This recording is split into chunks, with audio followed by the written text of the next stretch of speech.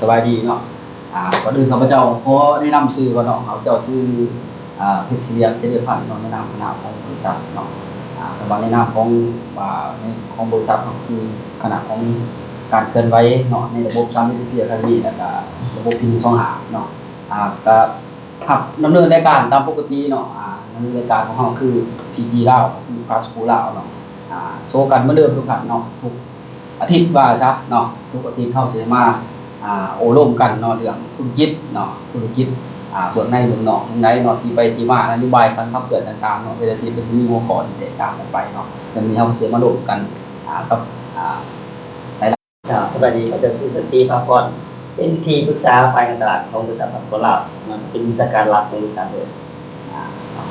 หรือว่าวันนี้ก็เป็นโอกาสดีเนาะท่านเนาะที่ว่าเฮาก็ได้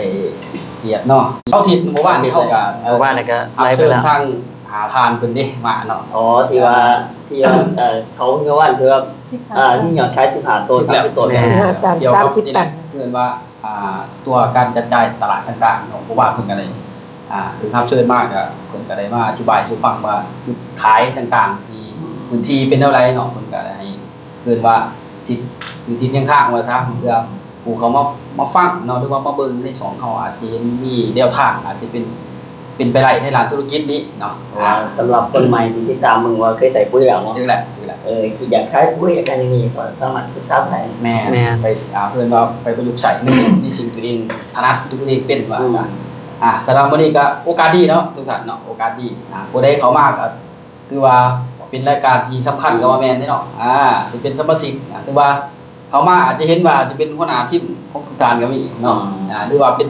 ผู้จะมาใหม่ก็บ่ได้บางเทื่ออาจจะมีโอกาสเขามาเห็นแล้วห่วยเป็นตาเดินตามได้ว่าซั่นก็มีได้เนาะแต่วันนี้เขาก็สิมาร่วมกันเรื่องนโยบายของบริษัทเนาะของ PT เฮาเป็นแนวใดเนาะแล้วก็เรื่องการแก้ไขเนาะมันว่าแล้วแก้ไขเรื่องจุดบกพร่องต่างๆของบริษัทอื่นๆว่าซะแต่ว่าเฮาบ่ฮู้ว่าบริษัทแต่ว่าเพิ่นว่าจุดเสียแล้วเฮาเอาจุดบวกไปประสานผสมกันให้มันเป็นจุดดีนี่เป็นจุดแข็งแบบว่านโยบายแต่ละบริษัทมันบ่คือกันแต่จริงๆมันเข้ากันสิดีเว้ยแต่ว่าผู้ไปทำใส่มันอาจสิเป็นบิดเบี้ยนกันเป็นสิจังว่านโยบายบริษัทเขาก็คิดว่ามันดีอยู่แต่ว่าบางทีนี่คนที่เอาให้ตามนโยบายมันเฮ็ดไปต่อบ่ได้นั่นแหละมันก็คือยากสำหรับบางคนส่วนใหญ่ครับแล้วเป็นยังจะว่าบริษัทยังบ่มีการเฮ็ดหูเนาะมีการเฮ็ดหูพอคันเฮ็ดหูก็แสดงว่าเฮาฮู้จักทิศทางแนวทางไปเพิ่นว่า2ทางนั่นแหละเนาะแต่เปรียบเฮาสิมื้อหน้าเนี่ยเนาะฮู้จักอยู่ว่าหน้าอยู่หั่นแต่ว่าจักบ่ทางมันเทื่อน้ำคือว่าน้ำท่วมก็มีเนาะบ่มีก็มีแต่ว่าคนพาไปเคยมาเขาจะฮู้จักว่าฮู้จักแล้วเฮาจะตามรถคนเขาจังไปรอดเนาะตั้งเป็นอยู่ไสจังได๋นี่แสดงว่าเฮามีระบบผู้เรียนตัวนี้เข้ามาเนาะมื้อนี้หลักๆก็แม่นสัมภาษณ์ทางเฮาเนาะนโยบายบริษัทเดินแบบใดจังได๋มื้อนี้จะว่าเฮาก็มีโอกาสดีเนาะเชิญทางสีทานเพิ่นนี่แหละเนาะสีทานนี่เขามาปรึกษาหารือกันหรือว่าขอโทษมีเฮ็ดกันว่าซะเนาะในทิศทางแนวทางของบริษัทเนาะสนับสนุนที่คอยสอบถามทั้งอาจารย์วาสนาเพิ่นเนาะว่าเพิ่นเขามานี่ทัสโกลาวเนาะ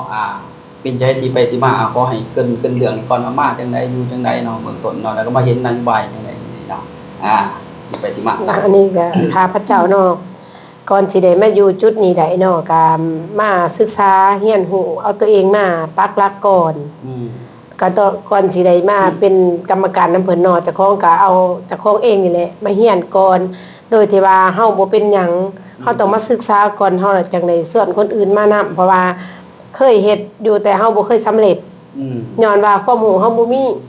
เพราะฉะนั้นเฮาต้องเอาตัวเฮามาเรียนตามขั้นตอนก็ได้มาอยู่จุดนี้ได้ก็ยังสิพยายามเรียนไปต่อๆอีกหมายว่าเฮาต้องมาเห็นก่อนสัมผัสก่อนขอมันจังเดินได้แล้วเฮาจังเอาผ้าคนน้ำหลังที่มาน้ำเฮาอยากเดินเฮาต้องพาเขามาศึกษาเรียนรู้ก่อนถูกหลักตามวิธีการเนาะในการกับลักษณะแบบเมื่อก่อนนี่ก็ยังผู้มีวาสนาเนาะเคยเฮ็ดเกี่ยวกับบริษัทมาก่อนเนาะเคยเฮ็ดแต่บ่เคยสำเร็จบ่เคยสำเร็จก็มีแต่ว่าที่ว่านโยบายแต่ละบริษัทมันบ่คือกันในการเดินงานถ้าว่ายุ่งยากบ่ยุ่งยากเพราะว่าเฮามันบ่มีโรงเรียนสอนเฮาที่ว่าเพิ่นสร้างเป็นโรงเรียนมีอันนี้เขามีแต่สอนเฮาว่าเฮ็ดจังซี่เด้อมีแต่รู้อย่างเดียวแล้วเฮาคนที่บ่มีคนลากหญ้า มันบ่มีโรงเรียนสอนเฮาเลยไปบ่ได้ ต้นทุนเนาะ ต้นทุนเฮาบ่มี อาจสิเป็นต้นทุนของชีวิตเอา ต้นทุนของชีวิตเฮามันบ่มี เฮาอาจสิบ่ เมื่อก่อนคือมีว่าไม่เห็ดเกี่ยวกับบริษัทขายตรงเนาะขายตรงจะมีการเลยท่องเที่ยวอย่างนี้บ่ โอ้ยแม่บ้านนี่ภูมิใจที่สุดแต่ว่าแม่บ้านได้ท่องเที่ยวแต่ละบ่อนแม่บ้านจะบ่ได้จกเงินแม่บ้านไม่เฮียนตามระบบและแม่บ้านคนที่แม่บ้านบ่มีเงินเนาะว่าจังแจ้งสาบานแม่บ้านบ่มีเงินแม่บ้านจะไปส่วนคนที่มีเงินมาเฮียนมาเฮียนแล้วเขาซื้อโดยที่ว่าเขาบ่เฮียนในระบบเขาซื้อไปใส่ไปกินแล้วแม่บ้านจะเก็บคะแนนแต่สะสมและไปเที่ยวหลายประเทศอยู่ได้ หมายถึงเงินบริษัทเท่านี้ แม่นบริษัทที่ว่าอยู่ทุกมื้อนี่แหละแม่ประทับใจตัวนี้แฮงเพราะว่าคนหลากหลายเนาะถ้าว่าสมมุติว่าแม่มีเงินเนาะแม่ก็ไปคนเดียวบ่ไหลไปเที่ยวบ่ไหลถ้าว่ามีเงินสิไปเที่ยวหั่นน่ะก็ไปบ่ไหลอันนี้โดยที่แม่ค่ากำปั้นราคาด้วยใจของแม่เองค่าใจแล้วเอาชีวิตจิตใจมาปักหลักที่ว่าไม่เฮียนหูตามขั้นตอนตามระบบแล้วแม่ก็ภูมิใจล่าสุดนี่แม่ได้ไปเวียดนามไปเวียดนามเคยถามว่าเคยไปบ่เคยไปแต่เอาเงินไปแต่ตอนนี้แม่เอาแบบว่า บริจาคเลย บ่ได้จ่ายจักบาทเลยแม่ก็ภูมิใจสุด ถือว่ามันมีสแตมป์สะสม มันมีสแตมป์สะสม โอ้ถือว่า มีสแตมป์สะสมของเพิ่นเทื่อแลแต้มแม่เก็บสะสมมาได้ครบแม่ก็ไป ได้ทั้งสเต็ม ลักษณะแบบ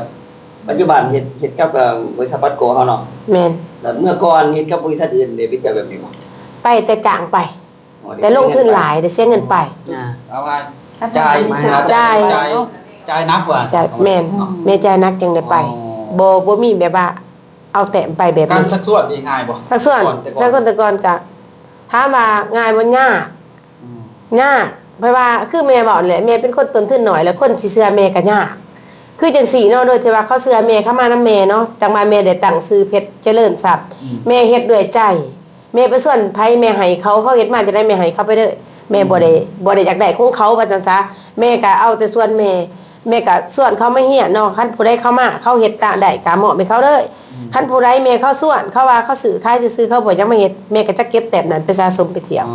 คือว่ามันมีตัวสะสมมา แม่น สะสมแต้มเป็นคือเราเนาะจะมีใบสแตมป์เนาะ แม่นใบสแตมป์ EP บ่ต่างๆทุกนี้เป็นการสะส EP มเนาะ CV SV ถือว่ามันเป็นระบบเนาะ แม่นอันนี้ก็เขาข่าวมาแล้ว เก็บไปสิงคโปร์ โอ้เตรียมเลย ใกล้คือใกล้ขาดใดๆสิไปสิงคโปร์ใดๆส่วนนี้ นโยบายของบริษัทหรือว่า นโยบายบริษัทแม่มีแต่เก็บแต้มไปอย่างเดียว เอาไงแต่ก่อนอยู่บริษัทอื่นกับปัจจุบันนี่ตัวนี้จักเปอร์เซ็นต์เอาไง ในใจแม่มัน100 100% ตัวก่อน50ยังบ่รอด ประมาณ 50ยังบ่รอด ประมาณ30เนาะ แม่น 30ซะ30เนาะ แม่น ในการที่ว่าความง่ายความยากว่า ความง่ายของมันมาแตกต่างกัน แต่ปัจจุบันนี้มาเจอเรื่องสินค้าที่ดีเนาะตอบโจทย์ ตอบโจทย์ คือเรื่องสุขภาพเฮาที่ของเฮาเป็นสาวอีกครั้งเนาะเข้ามาแล้ว เป็นสาวอีกครั้งแล้วก็ นี่ภูมิใจเนาะภูมิใจในตัวเองว่าเฮาบ่มีทุนนี่นะเฮาเป็นหยังจังได๋เงินทุกวันที่10แล้วก็ได้ส่วนเกินมันมาได้ย้อนหยังแม่คิดว่าโอ้ได้ย้อนแม่ตั้งใจเรียนบ่แล้วก็ได้ย้อนโทรศัพท์แม่บ่ได้ลงไปหาเขาแต่เขาเห็นในแม่ในเพจในหลายเนาะแม่นี่ลงบ่เป็นเพจหลายแต่แม่มักแคปเอาที่ว่าอาจารย์เพิ่นเอาเขาในกลุ่มที่ว่ากลุ่มตั้งชื่อยังบ่เป็นเนาะ อันว่ามันยังบ่เป็นว่าตั้งชื่ออีหยังในกลุ่มของบริษัทนะแม่จะแคปเอาแล้วก็ไปลงแล้วไปโพสต์วันนี้คนก็ตามโทรมาตามน่ะเลยสื่อ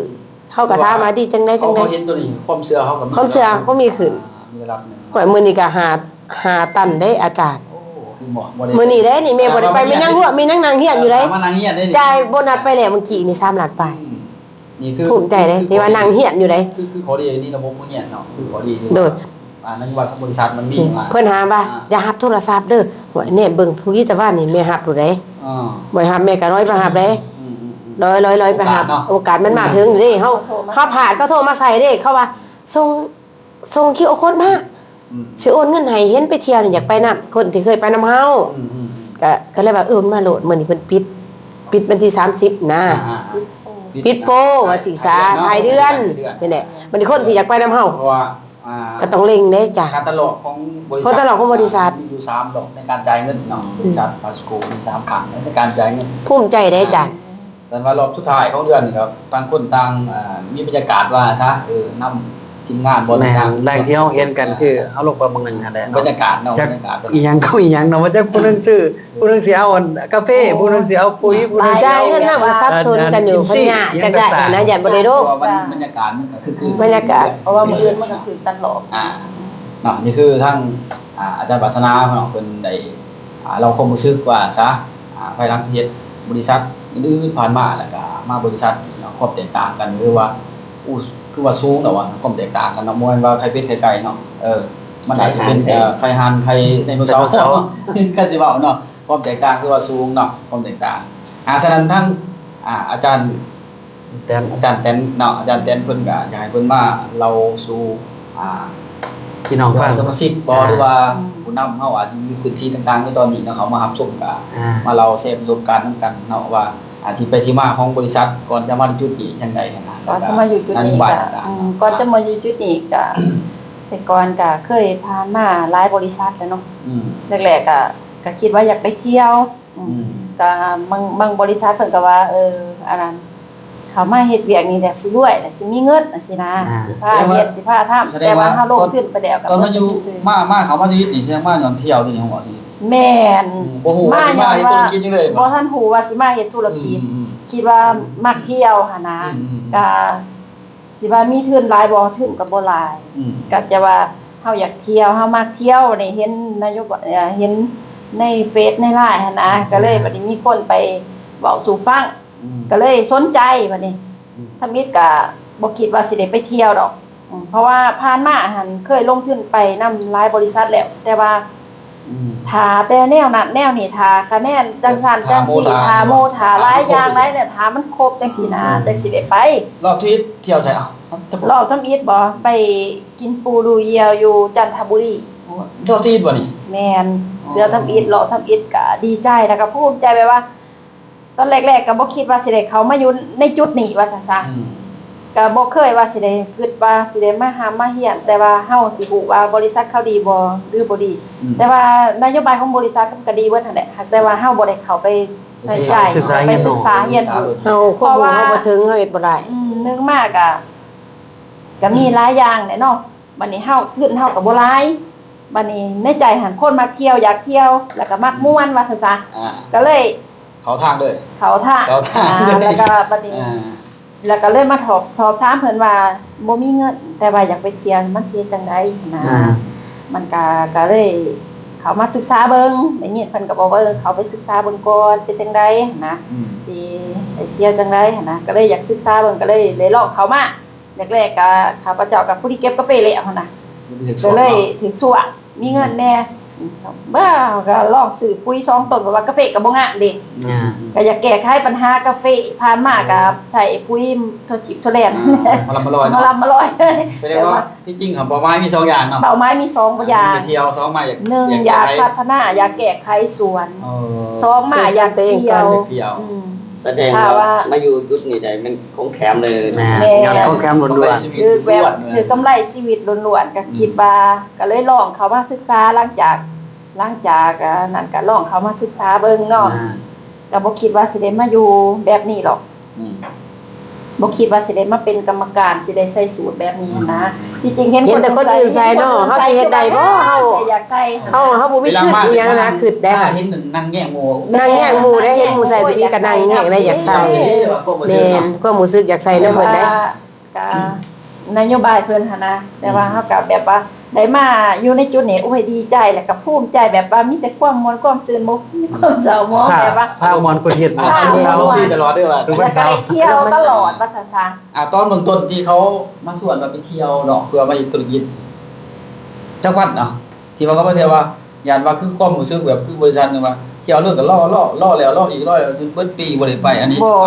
เขาส่วนมาที่จังหวัดเนาะได้ไปเที่ยวเด้อได้ไปจังหวัด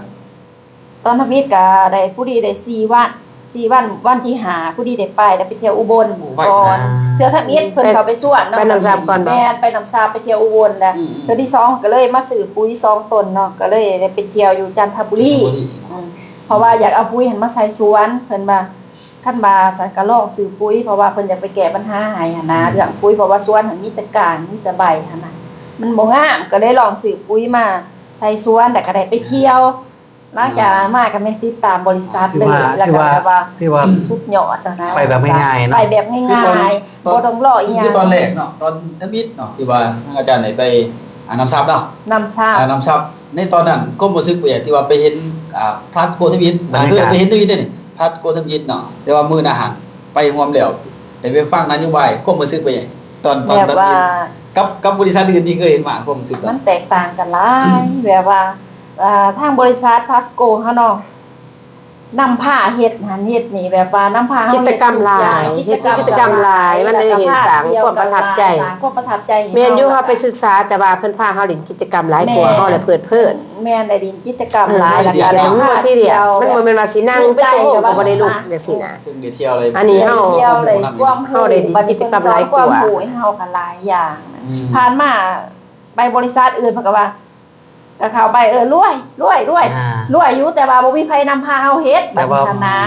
บริษัทเหตุ บ่ได้ กระตุ้นได้เนาะ การ์ตูนได้บ่ได้นำพาเฮาเฮ็ดเฮาก็เลยบ่จักหันนะอันนี้หันกำลังเข้ามาศึกษาแต่ว่าทางบริษัทพาเฮาเฮ็ดหันสอนเฮาเฮ็ดหันเฮ็ดอีหยังนะเฮาก็เป็นนะ ภูมิใจกับตัวนี้ว่าซั่น ภูมิ ซะ ใจแห้งว่าซั่นซะแล้วก็ข้าพเจ้าก็มักแน่ว่าซะมักทางด้านการค้าขาย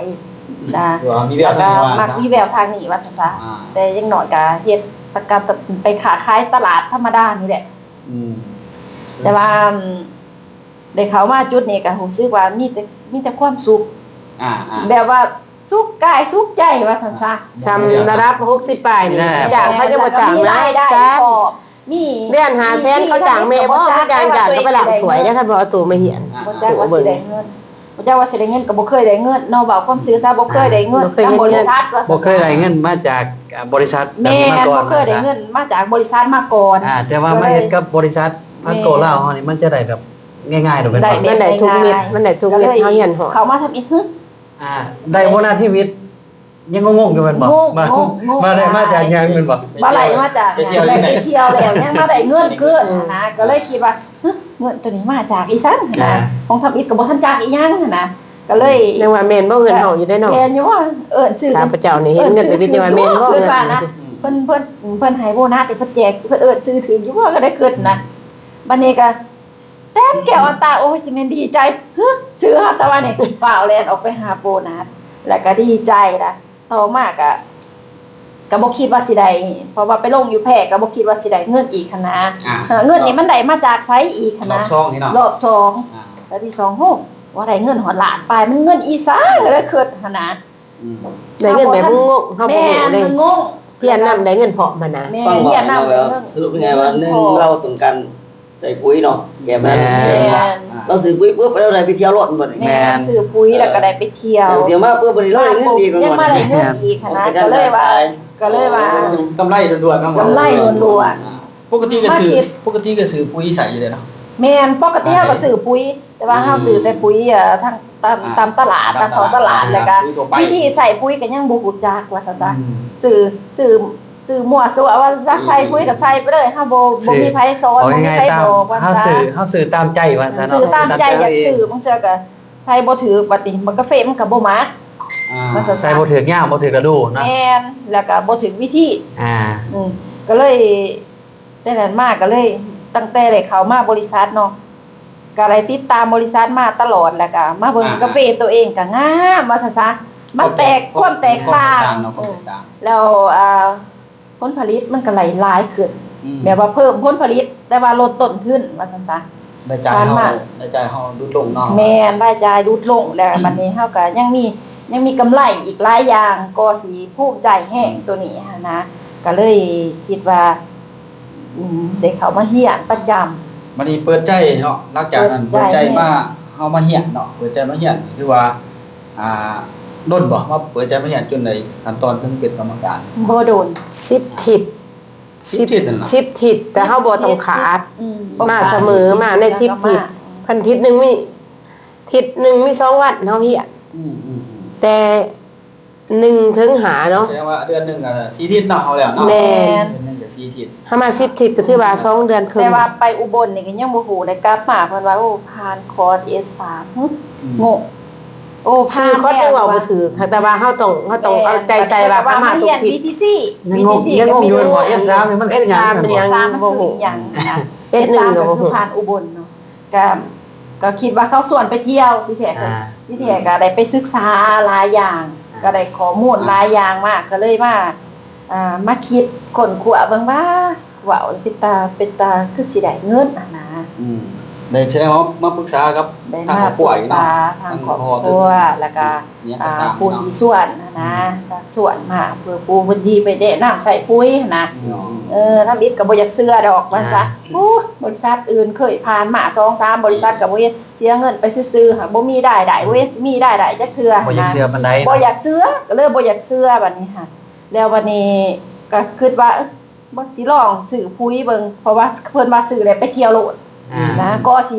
อยากเข้ามาได้บัดนี้ ก็ว่าที่ก็ที่อยาก คันว่า ก็อยากสิก่อนว่าสิเขาอยากเข้า ชื่อ มา แล้วบ่ได้ไป คันซื้อแล้วบ่ได้ไปโอ้ยมีเรื่องแล้ว บ่แม่นนะบ่ มั แม่น น นะ บ่แม่นแล้วตัวนั้นหานะอันนี้ซื้อปุ๊บก็ได้ไปปั๊บ ก็แบบว่า บ่ถึงอันนั้นเนาะบ่ถึงผิดเป็นว่า5บาทมันบ่ แม่นทำอีกก็หามื้อเพิ่นไปสวนนะก็เลยไปอุบลก็เลยลองไปน้ำเพิ่น เทื่อที่2เนี่ยเฮาใช้เวลาจากบ้านเฮาจากนั้น เดือน ไป ที่2หันก็ไปอุบลแล้วก็มาศึกษาก่อนหั่นน่ะ เพราะว่าต้องเป็นเดือนที่เพิ่นไปหั่นเด้ 3 เดือนเพิ่นไป 3 เดือน ครั้ง ไป นึง เทื่อนึง 3 เดือนไปครั้งนึง แต่ว่าไปหันม่วนม่วนว่าแบบว่า ข้อเน่านี่เพิ่นตั้งมานี่ได้6เดือนได้6เทื่อไปได้แม่จะบ่ให้ตัวเองขาด แม่นี่ ไปถูกหลอกที่ว่าบ่มีคนมานำหลังกะยาเฮาต้องเอาตัวเฮาไปก่อน แม่นต้องเอาโตไปนำ เอาโตไปก่อน แล้วก็ พบ เขา เผื่อ ศึกษาก่อนเฮา 3 เดือน พาคนอื่นเขามานะมาคิดเบิ่งแล้วการเขามาศึกษาบริษัทมันก็บ่ได้เสียหายหยังแล้วก็นึงมาเพิ่นนโยบายเพิ่นก็ดีว่าซั่นจ้ะก็ เฮาก็มีแต่ได้ มีแต่ได้ มีแต่ได้เฮาบ่ได้เสียหาย ที่นี่เนาะทั้งสองด้านแต่ว่าซะก็คือเขามาที่พัดโกเนาะแล้วมาเห็นระบบพวกนี้เนาะมันเป็นจะได้โครงสร้างของเพิ่นมันดุเดือดจิตใจว่าหรือแนวใดหรือว่ากับแบบว่าความแตกต่างที่กับบริษัทอื่นที่ทานได้เคยเจอขึ้นมาก่อนแล้วมาเห็นจะได้แบบอาจารย์เนาะหรืออาจารย์สอนบ่หรือว่าภาพรวมของบริษัทหรือต่างๆที่เพิ่นมีการตกแต่งมีการสื่อสารต่างๆเป็นจะได้ความรู้สึกที่เขามาในสำนักงานเพิ่นว่าซะเบื้องต้น เขา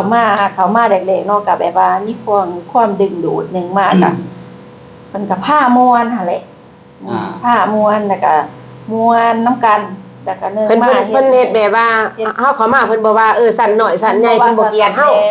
เขาไม่เขาเก่าถือว่า คือว่าสบายๆ สบายแต่ว่าแต่บริษัทอื่นหันแบบว่าเฮาเข้าไป ผู้ใดเข้าตำแหน่งสูงๆเขาย่ำตำแหน่ง ว่าซั่น เขาก็อยากบอกน้ำเฮา เป็นโซนไปโซนมาเป็นว่า ไปส่วนไผส่วนมันนั่งบ่ค่อยอยากบอกน้ำเฮาอยากปล่อยลมเฮาว่าสินะ บัดมาทางบริษัทนี่เป็นประธานคือมาเว้าน้ำเฮานะ เป็นประธานบอกน้ำเฮาวันนี้ บริษัทอื่น ผู้เพิ่นนุ่งเสืองามๆใส่สูทสูงๆเพิ่นก็บอกน้ำเฮาเฮาก็เลยภูมิใจตัวนี้นะเพิ่นบ่ได้ว่าสั่นหน่อยกินบ่นึงสั่นในกินบ่นึงเพิ่นบ่ได้ว่าแบบนั้น ก็ยังมาโลภน้ำหั่นนะมาเว้ามามวน อันนี้แบบครอบครัวกับภูมิใจแบบนั้น เป็นแบบครอบครัวแบบว่าไม่มีความสุขอีกแบบนึงว่าซั่น แต่ครอบครัวใหญ่หลังนึงมาจังสีสามีหยังก็แบ่งปันกันกิน มีหยังก็แบ่งกันกิน ภูมิใจสุดๆตัวนี้แหละเพิ่นบ่ได้จำแนก บ่จำแนก คือแม่เคยเขาบริษัทต่างๆ เงิ เนาะ นเนาะ เพิ่นก็เฮ็ดเป็นโตไผโตมันเพิ่นก็เขาเบิ่งแต่คอมเพิ่นก็ถามแต่คนเพิ่นเฮาผู้มาใหม่นี่ก็อายแหน่สิย่องเข้าไปก็บ่หานน่ะนะ ข้าพเจ้าก็เคยไปเทื่อนึง เคยเป็นแบบนั้นเนาะบ่เอ้ยดอกว่าแต่ว่า แต่เคย เขาเฮ็ดบ่ได้ถามว่าของเพิ่นดีบ่ดีแต่เฮาเฮ็ดบ่ได้ ก็เว้าเรื่องสมุนไพรเรื่องยาเรื่องหยังก็เว้าสู่ฟังอยู่แต่ว่าบางครั้งบัดแล้ว แต่ เขา ว่าน างจุ่มไผจุ่มมันนะเขานาง เขาสิย่างเข้าไปเฮายังบ่หานมัน ย่า คื ง อ เข้าไปกับบ่หานได้ บรร เนาะ ยากาศมันบ่ได้เนาะ แยก บ่ได้ เขาแยก เขาแบ่งแยกว่าซะแบ่งแยกสัตว์ว่าซะซะ เป็นสิ เป็นจัง แล้วก็ก็นั่งจุ่มก็จะออกพื้นกันก็มี เขาคอมเขาคอมเขาเบิ่งแล้วเรื่องนี้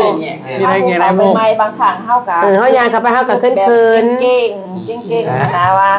เฮาสิกะไปเว้าไปโลบน้องเขา อันนี้ย่างผ่านประตูมาสบายดีแม่สบายดีลูกสบายดี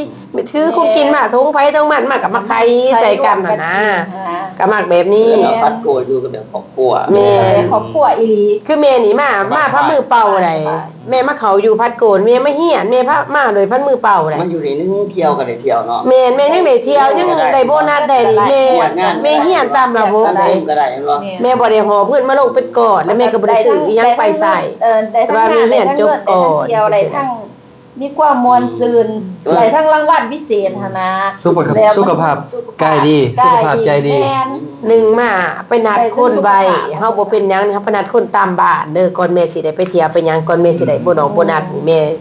ม่หันนัดคนอยู่บ้านหาคนโน้คนแล้วก็เขียนใบ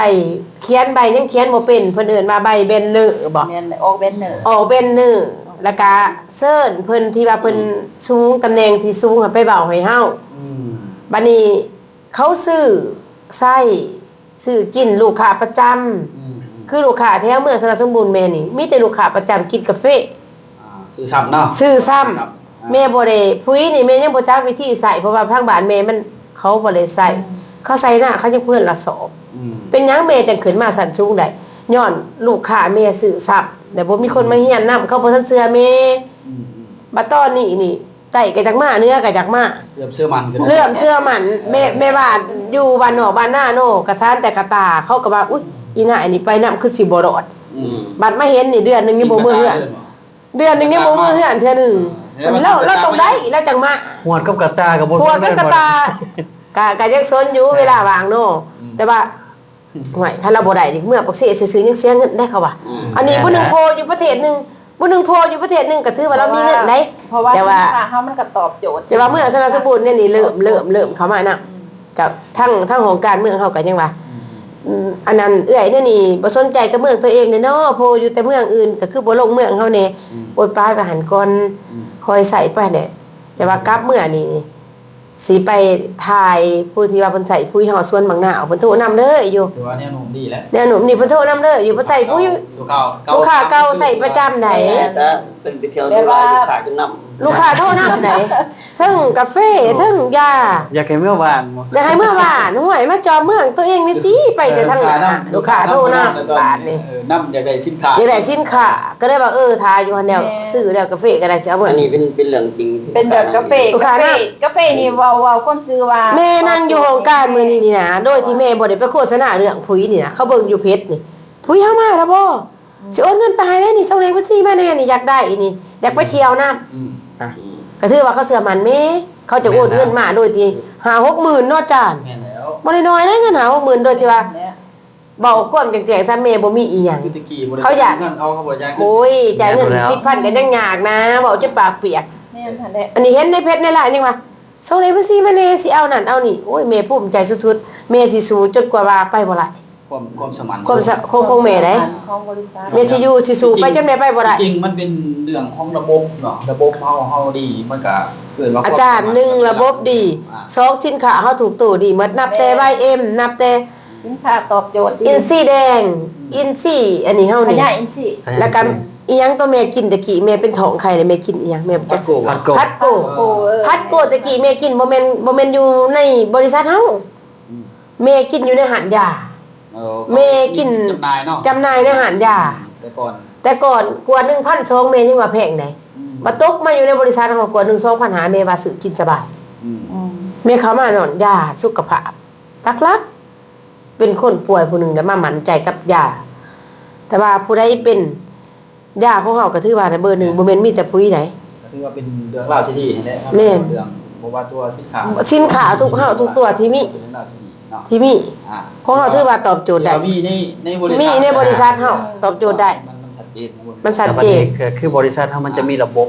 มันมีระบบ ระบบการ คันบ่มีระบบก็สิมียาคนกินดีเขาก็บ่กินดอก อันนี้มันมีระบบพาไป อ่าคือเนาะคือระบบของบริษัทเขาจะมีคันว่ามีงานก็มีงานดีคันว่ามีเที่ยวก็มีเที่ยวดีคันว่ามีเงินก็มีเงินดีคันว่ามีม่วนก็ค่าม่วนดีเนาะ แม่เอาเจียเนาะ บ่คือนี่ ห ก็ อบ ม่วน ไปหอบมาเจียโตสิว่าสิไปเที่ยวหั่นน่ะเขาว่าแม่เป็นบ้าหอบเจียกระดาษซื่อๆก็หอบ เจียแต่เจียเที่ยว เจียเที่ยว แม่ก็ว่าแม่เอาไปเสี่ยงใจนั่นใจนี่เนาะบางคนเขาก็ว่าจะเป็นสัตว์เป็นบ้าเจียซื่อๆก็หอบด้วยแม่ว่าบ้าอันนี้นี่ไปเที่ยวเวียดนามได้นี่คันจ่ายเงินนี่10,000 บาทผู้ใดบ้ากระยาดอกสิหอบอย่ามันเสีย เพราะว่าก็สิยามันเสียบ่มันบ่มีรายชื่อเฮา แม่นนั่นแหละ มันคือกันบัดไปร้องไว้คือแซงมื้อนี้แล้วมี60ใบแล้วทิ่มหมดแล้วว่าเจียละล่ะแล้วบอกมื้อนี้เม็ดจัง แม่ เข้าใจ ของเราจะ บ่แล้วว่ามันถึกน้ำแล้วบ่ได้น้ำไหลแล้วบอกให้เมียฟังมื้อนี้โอ้ยเมียว่าสิได้เด้60 EP คือ มันแหลกเงินนี่ใบหนึงนี่มันได้เท่าไหร่อาจารย์ว่า 25 บาท 25บาทอ้าว60มันได้เท่าไหร่1,500ได้บ่ บ่ธรรม แม่นบ่ ดาเด้เป็นเงินเป็นคำเบิกว่า เป็นเงินเป็นคำเพิ่นว่าเสียดายเด้มื้อนี้เห็นอาจารย์จ่ายให้ดอกเราจังเว้าแม่จะคิดสวดเพิ่นจ่ายแต่ว่าเฮามาหิ้วร่วมเนาะ เปรียบเบิด เฮายังมาได้อีหยังอีก อาวี อาวี ได้อาวี บ่ซื้อยังบ่ถือได้อาจารย์น่ะเก็บอย่างเดียวเลย เขามาเฮียนยังได้อาวี ถ้าคนใดมาเฮียนจบตามระบบเพิ่นได้อยู่ตลอดฮอดพังไม่ว่าบ่แม่นว่าเฮียนเครื่องมือได้รักมื้อจังได๋นำหมู่นี่บ่ไหลได้ถ้าเฮียนจนถ้ามามื้อนี้นี่จะสิอยู่เครื่องมือเพิ่นบ่ได้ให้เท่าไหร่ให้สมมุติว่าเฮียน2มื้อให้ผ่าน2มื้อ ผ่าน2 มื้อ ได้มื้อละ30 เนาะแสดงว่าเพิ่นมีระบบชัดเจนเนาะแหละ แม่ แม่ บ่ได้อยู่ในระบบก็คือได้ระบบ ทีมงานมามื้อนี้จนว่าโอ้ยข่อยถิ่มสิได้เด้แม่บาดเด้เงินเฮาอยู่นี่ข่อยบ่ลูกบ่จักแม่ก็บ่จักคือกันจะว่ามาคอยเก็บไว้บัดโอ้ยบัดนี้สิเสื่องไว้บัดนี้ แต่ก่อน ย่านแต่มัน แต่ เสี ก่อน ย ข้าพเจ้ายังบ่ฮู้ได้ว่า อันนั้นอีพี่เนี่ยมันแหลกอีหยังแล้วก็ CV SP นี่ยังเจียกับเจียซื่อๆบัดมาเบิ่งแบบบัดมาเห็นคนอื่นแหลกเอ้า เอาบ่พูดเนาะบ่พูดแล้วเอาให้ได้บ่พูดแล้วก็สิบ่จักคือกับแม่นี่แหละแม่เราเคยให้แม่ได้ ตอนนี้คือบ่ได้ตอน แม่นี่บ่ได้อีพี่นึงเราก็บ่ให้บาดนี้ตะกี้เราให้ได้อีพี่นึงเอาไปโลดเจียแล้วล่ะอันนั้นโอ้ยเจียแล้วล่ะเฮาบ่จักเฮาก็เก็บด้วยเนาะเฮาจักได้เด้เฮาก็เก็บบัดเอาไปเอามาแล้วโหเราบ่ให้ได้บัดนั้นอันนึงแล้วก็พับไว้บ่ได้ซับบาด น่าแม่นเนาะ พอเริ่ม ที่จริงเนาะคือ แม่น คืออยู่บริษัทเท่านั้นเนาะมันจะเพิ่นจะอธิบายละเอียดดิ แม่ ตัวติดอยู่ อธิบาย ภาย ละเอียด อาจารย์เลย CV มัน CV ลงกันได้ลืมหมดแล้ว CV SB จือแต่หมู่เว้าซื่อ อีพี่มันหมายถึงหยังแต่ก็ SV หมายถึงหยัง RV หมายถึงหยัง ๆตัวนี้เนี่ยบ่เข้าใจเลยอาจารย์ ก็บัดเดียวนี้ที่เพิ่นติดทัวร์ว่าพนัก พนักงานค่อยเฮียนค่อยศึกษาไป เอาง่ายๆซะสิ่งที่ทุกท่านเนาะทุกท่านได้เห็นได้สัมผัสมันคือนโยบายของบริษัท แม่น มัน น จะ โย มี บาย งานมีเงินมีเที่ยวมีวันพิเศษอันนี้เป็นนโยบายของบริษัทหมดเลย ชัดเจนเลย ชัดเจน เนาะ แต่ ที่เขามา ใกล้อันนั้นมากยังบ่ฮู้ว่าตัวเองได้มาจากไสสำนาหักกำไว้ย่านแต่มันเหี่ย ได้มาเฮียนนั่นแหละมาเฮียนมาศึกษามาเห็นมาสัมผัส แต่ว่าเพิ่นว่าไผสิลงทะเบียนเฮียนอีกแม่สีมือก่อน เล เด้ ยไหมเนาะ เฮียนไปเรื่อยๆ ความดำความจอยสุข แต่ตอนนี้ใช้ปิ้งขึ้นเนาะ แต่ตอนนี้ก็รู้สึกว่าตัวเองดี เกิน ขึ้น ว่า ว่า มัน สถาน เกินว่า สุขภาพ กายบำบัดกับบำบัดเด็กบำบัดในตัว กายบำบั แต่ ด ก่อนเนาะข้าพเจ้าก็ได้ไปอันนั้นไปเขาไปหาหมอนี่ทิศนึงละเทื่อ เพราะว่าเกี่ยวกับระบบประสาทสมองสายตามากกับกระเพาะเองหั้นนะตั้งแต่เริ่มมาหูจักกับบริษัทนี่แล้วก็มีคนให้ลอง3ถุงเอาไปสื่อน้ำเพิ่นลองสื่อกินน้ำเพิ่นนะเอาจะไปลองก่อนเพิ่นว่า3ถุงก็เลยไปลองกินหลังจากนั้นมากก็รู้สึกว่าดีขึ้นก็ได้สื่อเป็นภาษาได้เมียนกิน หลังจากนั้นก็ไปลองไปบอกสู่หมู่ฟังว่าเดือนเจ้าคือสบายดีคือแบบว่าบ่ได้ไปหาหมออิหยังหั้นนะ ซื้อ30ถุงนี่บ่ได้ขาย แล้ว นำ รู้ สิ สึก กินเอ ว่าง หน้าตาสดใสขึ้นบัดนี้ หามือต่อห่อได้ เกี่ยวกับพวกมุดลูกมุดหยังหั้นนะก็มันก็ดีขึ้นว่าซั่นซะดีขึ้นได้อย่างก็รู้สึกว่าสวยได้หลายหน้าตาก็มีแต่ฝาหน้าแดงหน้าดำหลังจากเขามาคือซุมื้อนี้ก็รู้สึกว่า ดูดีขึ้น ขึ้นนี่ รู้สึกว่าตัวเองงามขึ้นหน่อยหนึง ว่าตัวเองงามขึ้น งามเลยฮะ รู้สึกว่าตัวเองงามขึ้นหน่อยหนึงตอนนี้ จิตใจมันมีพองไซมันกับพองไซน้ำกัน แม่ อะไรๆก็มีหนึ่งมีรายได้สองมีสุขภาพดีสามมีเที่ยวสี่มีมวนคักแบบนี้ มีรางวัลพิเศษ มีรางวัลพิเศษ ตาม อี ที่ ก เขาไปเอามานั่งอยู่นี่เนาะก็คือเห็นอันความรู้สึกของกรรมการเนาะ มันจะแตกต่างเราเมื่อก่อนเนาะผมเห็นบริษัทก็ขายมาถ้ามันนโยบายบริษัทเขาดีกว่าดีเลย ดีแต่เฮาเฮ็ดบ่ได้ ดีทุกบริษัท ดีแต่เขาเห็นบ่ได้ถึงคนเขาบ่ถึงก็คือแบบว่า เขาบ่สามารถว่าไปบอกแบบนี้ได้เอาไงซะ แม่ คือสองทางมันมาเนาะเอาไงมันคือบอกว่าจากใจว่าเจะคงไปเห็นนั่นที่นี่บ่ได้ไปเที่ยวได้ใส่ปุ๋ยได้เงินได้ทอง ทำไมไปสัมผัสจริง แม่นบ่ก็มันบ่มีแบบนี้ได้บ่มีแบบว่ามีความประทับใจไปเที่ยวจนหน้าโมดนี่นะ มาโดมขึ้นจ้ะ เด้อก ระเป๋าแป้ง จบเงินไปเที่ยวได้ยังไงไปเที่ยวถ้าเห็นตามโปรโมชั่นบริษัทก็ต้องแบบโมนักหนาสาหัสดีแต่สินค้ามันก็บ่ทำมาดีแบบมันก็ดีแต่มันบ่จำเป็น แม่น มันบ่ ก็ จำเป็น คือว่าซื้อปุ๋ยเมื่อนอกก็ลองไปใส่สวนตัวเองบัดนี้พอสวนตัวเองได้2เดือนขึ้นมาแล้วมันงะมีคนมาว่าจะใส่ปุ๋ยอีสังก็ว่าค่อยใส่ปุ๋ยเก่าเกษตรนาโนนี่แหละนะเก่าเกษตรนาโนบัดนี้ก็เลยเขาก็เลยลองว่าเท่าอีกของคนยางกายไปไกลมาอยู่แคมทางดิ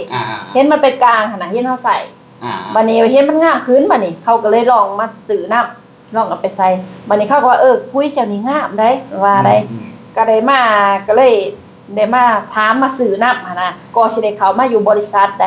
ก็สิได้มาขายปุ๋ย จังมาเห็นเนาะเห็นที่ไป ก็สิได้ขึ้นเข้ามาอยู่ในจุดนี้ว่าซั่นซะที่ไปที่มาของเฮาก็ ก็ถือว่าสองทานเพิ่นก็มาสัมผัสจริงว่า มาสัมผัสจริง เนาะ ตัวเห็นตัวจ มี ริง แต่สิให้ทาง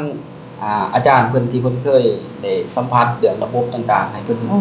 ร่วมสู่ฟังนิดนึงว่าที่จริงมันดีแล้วเนาะแต่ว่าระบบการปกครองต่างๆเนาะของพระสกุลาเฮานี่เนาะ กับปีบริษัท แม่นๆที่มันเป็นจังได๋ผ่านมากับปัจจุบันเฮาเป็นสิ่งของเมื่อก่อนนโยบายบริษัทเนี่ยก็คือแบบว่า คนที่แบบว่าเขามาห่วงบริษัทโดนโดตัวอย่างว่ามีการท่องเที่ยวมันเสียมันถึงสามารถไปได้ไปเที่ยวได้แล้วต้องอยู่ในบริษัทโดนเติบแล้วมันถึงสามารถไปเที่ยวโดยง่าย แม่ แต่ว่าบรรดาลูกค้าหรือว่าคนที่เขามาใหม่ที่มีโอกาสไปเที่ยวมันยากเนี่ยมอนได้นึงก็ต้องได้จ่ายเงินหลายแล้วซื้อสินค้าก็จะงวนหลายแหงต้องมาเป็นคนบริษัทนี้ก่อนเด้อแม่ต้องแบบเอาจริงเอาจังก่อนถึงสามารถไปเที่ยวได้หรือว่าถ้าจ้องเงินก็มันซื้อจ่ายในราคาที่สูงกว่าทั่วเขาอีกว่าบ่เดียวโดดทั่วเขาจ่าย4ล้านมันตกใจเขาตกใจอยู่ประมาณมองเอากี่ล้านจังซี่นะมันเป็นหลักการแบบนั้นมันก็เลยแบบว่ามันได้คนที่เขามาคนที่เขามาใหม่ก็ได้ไปเนาะโดยที่สิของเฮาแล้วก็ไปง่ายๆ เนาะอันนี้ว่าเราไปเที่ยวบ่ทันได้ว่าต้องมีงานเด้สิเรียนงานจะต้องเฮ็ดเองอีกบัดเฮ็ดจังได๋บัดนี้เฮ็ดเองต้องไปลุยเองแล้วบ่เขามาคอร์สต่างๆมันก็บรรยายเรื่องบริษัทแผนสินค้าบ่เขาคงรู้ว่าดีแต่ว่าเวลาไปเฮ็ดเขาต้องคนเดียวมันจะมีอัพด้วยเองคนเดียวว่าแม่มันจะมีอัพไลน์มาอยู่มาเป็นบางครั้งแต่ว่ามันบ่มีนโยบายว่าต้องบริษัทไปเฮ็ดแบบนี้บ่มีเลยแม่นแบบก็มันเป็นแบบนั้นแหละก็สิเฮ็ดบ่ได้เฮ็ดบ่ได้ย้อนนึงมาเฮาขับรถขับล่างหยังก็บ่เป็นเฮาสิไปผู้เดียวเฮาก็บ่เป็นมันบ่ได้ย้อนตัวนั้นเขาถ้ามาสินค้าเขาอีหยังก็ดีหมดแต่ต้นทุนเฮาก็บ่หลายนึงมาสมมุติว่าเฮาสิไปวิธีใดเฮาไปบ่เป็นมันก็จอดก่อนบริษัทอื่นเนาะก่อนสิได้ไปเที่ยวว่าก้มซื่อซามันก็โดนอีหลีถ้าเฮาเข้าไปเฮ็ดในบริษัทเป็นคนบริษัทของเพิ่นแล้วเฮาจังสิได้ไปเที่ยวเป็นสมาชิกอีดีเป็นสมาชิกอีดีล้อแล้วก็มีฉลองคะแนนอีหยังขึ้นไปหั่นนะอันนี้หมายถึงบริษัทอื่นบริษัทอื่นที่เลยผ่านมาเกินเนาะมันตอบโจทย์เฉพาะคนที่อยู่ดนแม่ตอบโจทย์แล้วคนที่มีรายได้ดีก็คือคนที่ถ้าบ่ดีมันก็บ่ดีไปหรอกแอคชั่นเต็มที่ดีเนาะมันจังว่าที่ไปที่บ้านแล้วมันจะมีกระบวนการเกี่ยวกันนะไม่ได้อันนี้มันโอเคเลยหลังจากเขาออกมาแล้วนะแต่ตอนนั้นอยู่ในบรรยากาศแล้วก็โอเคเลยเขาบอกจะดีเนาะแข่งคงไปเพราะมันเป็นแบบว่าเพื่อนเราอยู่ในขอบเขตของเขาก็จะว่าไปไหนว่าซะเดี๋ยวเวลาหลังออกจากหันมาเขาสิจังได๋เฮาบ่ฮู้โดบบ่บัดนี้แม่นบริการที่จะได้เงินมันจะได้ยากเลยพอนึงนี่เขามีแต่แผ่น MLM การไล่ล่าสมาชิกไล่ล่าคิวเป็นหลักเลยขออะไรแต่เมมเบอร์มากก็จบแม่นพอแต่เวลาเขาไปร่วมกดนี่ก็สิสมัครอย่างเดียวเพราะหยังเพราะสมัครแล้วจะต้องซื้อสินค้าบ่แม่แล้วมีการหักซ้ายยอดอีกว่านี่ทุกคนต้องหักซ้ายยอดในคนเขาว่าไม่หักซ้ายยอดเบิดแต่ว่าผมมีประโยชน์หยังบ่อย่างผมหมายว่าไล่ล่าเอาคิวแม่แต่ยังว่าขายปุ๋ยคนนึงกำไรเขาสิได้อยู่ประมาณน้อยนึงจะได้บ่หลายเด้จะได้บ่หลายแต่ตัวนี้มันก็เป็นสาเหตุที่เฮ็ดแล้วบ่สำเร็จเพราะอย่างนั้นเพราะว่ากำไรจากการขายแล้ว SLM มันบ่มีจากการซื้อขายโดยตรงมันได้น้อยรอถ่าแต่ว่าไปปิดผู้นี้มาแล้วคู่มือมันเฟื่อได้เอาเบิ่งมันเฟื่อได้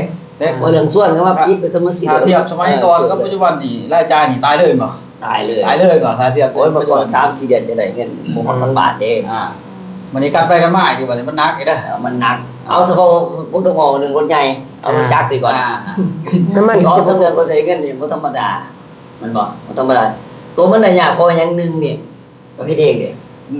อันเลยขอแต่กับพัดโกเขาเฮ็ดคู่มือนี่มันบริษัทดีๆเด้มันคือระบบที่คนบ่เฮ็ดมันดีแม่นในเรื่องระบบของบริษัทนี่นะคนเขามีประสบการณ์มีเหตุมันดีเขามีโรงเรียนสอนเอาไปเขาไปตามห้อยเขาไปก่อนเขาเห็นผู้มีสำเร็จบ่เป็นหยังแม่นเจ้าของเจ้าคนบ่แม่นอย่างนักคนไหนบ่บริษัทไป 100% ลงกำไรวาสนาก็ได้เงินนั่นเงินนี่เดี๋ยวไปเที่ยวฟรีได้บ่เลยแล้ววันพิเศษก็ได้อีกอันนี้ก็ว่านโยบายของบริษัทปัดกลมมันชัดเจนของบริษัทคือสมัยก่อนมันก็คือบอกเนาะสินค้ากองโมทีฟแต่ว่าขายได้บ่ได้เดียวเนาะแต่ว่าสิมาเป็นเอิ้นว่าเป็นคะแนนมาลงมันบ่ได้น้อยๆตามได้ยินหางเสียงมาบางบริษัทมันก็ถ้าว่าได้น้อยมันก็ได้อยู่ บางบริษัทมันมีหลายแบบว่าบริษัทแทงกระต่ายไม่ได้แตกต่างกัน มันจะมีบอลสายหยอดมองสายหยอดบ่มองแต่กับกวนบ่แต่ว่าหลายบริษัทมันรอถ่ายตัวนี้รอถ่ายแต่ตัวคะแนนอย่างเดียว กินตัวนี้ว่าครับ แหม เป็นหน้า ล้าง เดียว เลย ตรงใหญ่เลย เป็นกระดูกสันหลังของศาสตร์เลย จะเป็นตอน แม่น ท่านบอกอะไรว่าได้มากก็คือว่า ที่ว่าจบเลย เจ้าบางนากันตาเรื่องมึง แล้วพวกแปลก็นี่ก็ใครเขาบ่ได้เขาอยู่บ่ดนเพราะว่าเขารอถ่ายตัวนี้ ส่วนคนบ่ได้ปิดคนบ่ได้แต่ก็บ่มีแล้วได้มา แต่ว่า ผิดใดก็ได้เท่าเดียว เขาเบิ่งเขาผู้ที่เขาอยู่ไหลส่วนใหญ่หันเป็นเอาไงคนที่มีฐานะในระดับหนึ่งเนาะแต่ว่าค่อยมีหรือบ่มียังไงค่อยสามารถเดี๋ยวอยู่แบบโกได้ตามปกติว่า แน่น พอดีคือว่าสิ่งใหม่มากคืออาจารย์บอกเมื่อกี้เนาะที่บ่ทันจับบ่ทันเป็นสายเลือดของของบริษัท ในค่ายนั่นมาแล้ว ในเครือข่ายน่ะ มันก็ตายก่อนช้ามันซ้ำมันหอดกำลังเป็นประมาณ2คือเสียตา เอาไงซะคนตัวอย่างแบบเขาจะมาเนาะมันขึ้นมาอันนี้อยู่บ่ดนแล้วก็ไปเพราะว่ามันรายได้มันน้อยเด้ ได้หลาย เป็นคนที่อยู่ได้โดนนึงนี่เขาบ่ได้ขาดหวังกับรายได้อีกเดียวขาดหวังกับเขามีสังคมเห็นบ่มีคุณหนองย่อเนาะนี่คุณนับถือเป็นอาจารย์นั่นบ่เป็นเขาบ่ได้ขาดหวังแต่ว่าเขาเฮ็ดโป้อยู่ไปโดนๆเครือข่ายมันเกิดเขาต้องมีรายได้แต่รายได้กันเป็น40,000เป็น100,000 บาทมันก็ได้แต่ว่ามันใช้ระยะเวลาหลายปี มันบ่มี สะสมเนาะ แม่สะสมประสบการณ์ สะสมประสบการณ์เก็บเกี่ยวไปหลายๆปีจังตู้เขามา มันคนที่บ่มีหยังไว้ถึงมาสร้างตัวมันมันไปต่อบ่ได้มันเจ๋งเลยบ่มีน้ำมันลดไปล่ะ ถึงแล้ว มันก็อยู่ว่าโกมันแตกต่างบ่ได้แต่แต่ว่าเรื่องนี่ใครที่อยากคนนึงกำไรมันมีล่ะมีหลายอีกบ่ มันโกนี่เฮ็ดเบิด2อย่างเลย แม่มี ELM แม่ แล้วก็ MLM เนาะ SLA บวก MLA มี2อย่างเลยมันได้คนอยู่ได้มาคนใดก็ยังเขาจะมาเนาะเอาเดือนมันถึงเกือบเป็น100 ล้านมันได้หลายมันได้จากกำไรมันเลยว่าเป็นการค้าขายแบบโดยตรงเลยในการ จริงท่านบอกเรื่องค้าขายเนาะมันก็ต้องมีเพิ่นว่าได้หลายปีย่อยเนาะท่านว่าค้าขายนี่ล่ะท่านว่าบ่แม่นค้าขายมันก็คือร้อยถาแต่ปองเดียวมันก็มีความเสี่ยงอยู่แล้ว แล้วของเขานี่บ่มีคำว่าหลบเลยลงพื้นที่ เนาะ แบบว่าลงหาลูกค้าแต่ก็สิบ่มีคำว่าเขาบ่ได้ลง มีแต่คิดบวก เห็นเนาะการค้าขายแบบทั่วไปเลยมันจะไปได้ง่ายกว่ากัน วันนี้คืออยู่พันโกนี่มันจะมีโรงงานบ่น่ะมีโรงงานคือนี่แหละคือแต่ละทานที่เพิ่นมาสิเพิ่นก็ได้ผ่านโดยคอร์สโรงเรียนต่างๆเนาะแล้วเพิ่นก็มีการก่อนสิมีงานเกิดขึ้นต้องมาผ่านผ่านแพทย์ทางแน่เนาะเป็นระบบของ ระบบของโรงเรียนโครงสร้างเพิ่น เนาะ โฮมกลม ไปตามขั้นตอนมัน ในระบบตัวนั้นว่าจ้ะ แต่ว่า2ท่านนี่คณะกรรมการได้สิทธิพิเศษจากบริษัทเพิ่นเลย เทียบเท่ากับผู้บริหาร เทียบเท่ากันได้ ของบริษัทเนาะพอได้มันก็เพิ่นว่าเทียบเท่าเด้อว่าจ้ะ แล้วมันมีความแตกต่างคือข้าพเจ้าคิดเนาะมีความแตกต่างคือ คนที่ว่าบ่ทันได้เฮ็ดหยังแต่ว่าบริษัทพาเขาเฮ็ดนั่นน่ะบัดนี้เขามีรายได้กับมีรายได้หลายแล้วมีรายได้หลายแล้วมาคิดว่าบัดหลังจากเฮาเฮ็ดบริษัทอื่นเฮาเข้าหลายเดือนก่อนสิได้เงินหั้นนะ ลงทุนอีก มันลงทุนหลายแล้วก็เสียเวลาหลายบัดคือจังซี่นี่บ่ทันได้ลงทุนอีหยัง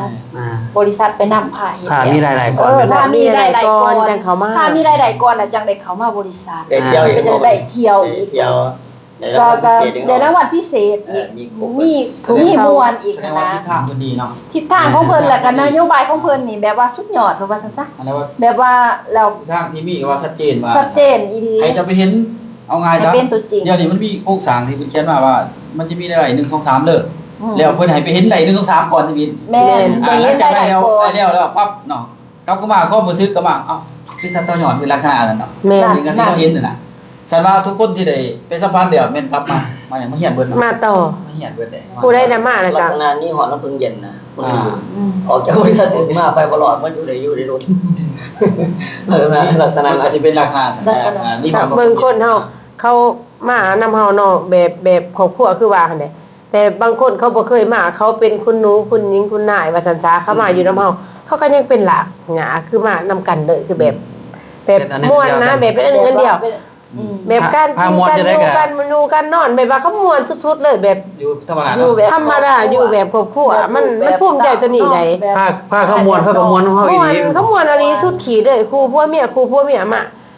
ก็เคยไปเห็นหลายบอนแต่ว่าเขาม่วนอยู่เขาก็ยังอายนะอันนี้ตัดหัวเลยเต็มที่เลยนะแต่แม่ผู้เฒ่าซ้ำนี้แม่ก็ยังโอ๊ย คันว่ายามม่วนนี่วัยรุ่นบ่โทรเลย อันนั้นตอนเพิ่นอยู่ในนาเวียกเพิ่นก็เป็นอีกแบบหนึง แม่นอีกแบบหนึง บัดถ้าตอนเพิ่นพามวนเพิ่นก็พามวน เอ๊ะเป็นอีกแบบหนึงบัดยามโรงเรียน เป็นเองหมดทุกอย่าง โอ้เป็นเองหมดทุกอย่าง เป็นโค้งโซกเป็นนักร้อง เป็นนักเต้น จังว่า เป็นหมดทุก ค อน ย่าง ที่มานำเขาเห็นตัวนี้ เขาจังตามเฮามา ตามเขามา คันสิว่ามานะแม่เนาะแม่ก็ว่าแม่ทำดีที่สุดแล้วมันมาเห็นบริษัทเฮาบ่ได้คือพวกแม่ว่า เขาก็มาแล้วแม่เขาก็หนีเด้ แม่เดียว เทื่อเดียวเด้ เดียว แต่อันนี้มาเทื่อเดียวแล้ว อัน มา นี้ อยู่ คือไปอุบลเนาะไปคอร์ส S3 นี่ทุกเทื่อแต่วิทย์แม่ไปคนเดียวแต่ครั้งแรกเท่านั้นได้1 2 3 4 5 6แม่ได้คนไปนำทุกเทื่อได้บ่หลายแต่ก็4 5คน3 4คนแม่บ่ได้ไปคนเดียวได้แม่ไปคนเดียวแต่ครั้งแรกครั้ง3ครั้ง4ครั้ง5มา มีคน มีคนตลอด ได้ ได้ ตลอดเลยเนาะ ไม่ตลอดรุ่นล่าสุดนี่แม่ได้8คนได้ไม่ล้วนๆสีเกียมเฮียนมันที่หานี่ครั้งที่4ของสุดกรรมการนี่ รุ่นที่สี่นี่ รุ่นที่สี่ แต่กี้แม่เฮ็ดมีแต่แม่ผู้เดียวตัวโพที่บ่มีแต่ว่าบ่มีก็บื้น ซื้อมาขายไป ซื้อมาขายไปเอาตัวเองเป็นหลัก บัดนี้เรื่องสินค้าเด้ โอ้สินค้าตอบโจทย์ได้หมดทุกโตว อ่า อืม อันนี้ สินค้าทุกตัวคันถ้าเฮาคงสินค้าเฮาบ่ดีจริงนี่เขาบ่มาซ้ํดอก เปรียบเทียบกับบริษัทอื่นๆที่ว่าเฮาเคยเฮ็ดผ่านมานี่สินค้าความแตกต่างของสินค้า ของเขาก็ดีแต่ราคามันสูงเฮาผู้หากหญ้านี่มันกินบ่ได้ แม่น เขากินดีแต่เขาบ่กินต่อบ่เป็นของเขาบ่ดีของเขาดี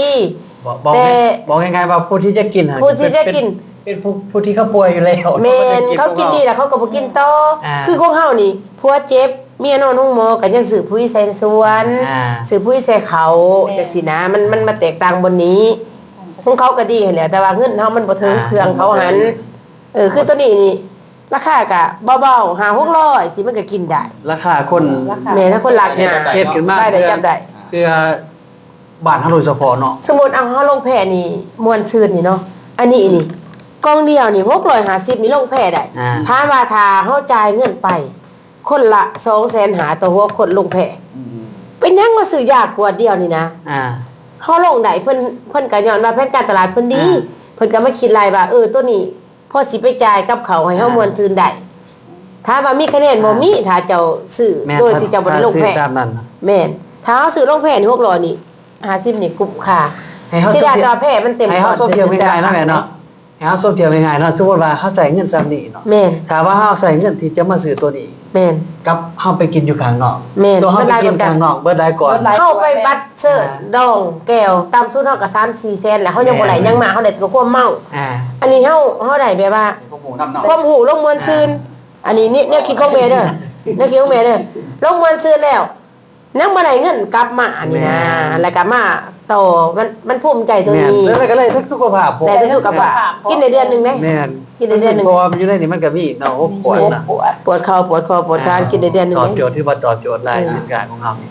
เพราะว่าตัวนี้ค่ะ ตัวนี้ เจ้าก็ สุด เคย ยอด กินมาแล้ว มันไปได้ง่าย โต เนาะสินค้า โต ของเฮานั่นแหละนะ จริง โตได้ง่าย มันเป็นโครงสร้างของ ของบริษัท ตัวแต่ละ ของการนำอยู่บริษัทพันตัวลาว มันมีแผนของเพิ่น การเคลื่อนไหวว่าสาธุเนาะจะมีกิจกรรมลูกแพร่บ่กิจกรรมOPP ใหญ่บ่กิจกรรมเปิดตลาดใหญ่บ่มันมีตลอดเนาะ OPP เคลื่อนที่ นี่ตัวสินค้าทุกตัวเพิ่นสิสามารถเอามาเกินว่ามาให้สมาชิกสามารถซื้อไปกินเองนี่นะ คิดเอง ซื้อง่ายคิดเอง เกิดว่าให้ดูแลสุขภาพปานนี้เด้อแต่ว่าให้อย่ามามวนน้ำพอกจังซี่นะ มันนี่มันจะนี่แหละ ของสัตว์เนาะ แม่น ความเป็นจริงลักษณะไอ้สัตว์เนาะสันว่าที่ผ่านมาเนาะคือทั้งช่องอาจารย์คนนี้นะคือว่าได้เจอบริษัทอื่นว่าจ้ะเนาะแต่ว่ามาอยู่จุดนี้เนาะในปัจจุบันนี่เนาะคือว่าทุกท่านเนี่ยมาผ่านระบบผู้เรียนเท่าแล้วเนาะทุกตัวว่านะสินค้าทุกตัวแล้วก็ตัวระบบห้องก็มีแล้วแต่ว่ามีบ่ที่ว่าบริษัทอื่นมาอาจจะเป็นทรงว่าเป็นเพื่อนแล้วก็โทรไปอยากว่าไปห่วงต่างๆมีบ่ตะกี้มีตะกี้มีบ่ตะกี้ ตะกี้บ่มี ตะกี้บ่มีแต่เดี๋ยว ตะ นี้ กี้บ่มีเด้อแต่เดี๋ยวนี้มันมีอยู่4-5คน สี่หาบริษัท 4-5บริษัท โอ้ โทรมาตรวจแต่ว่าก็เลยว่าอย่าแหละ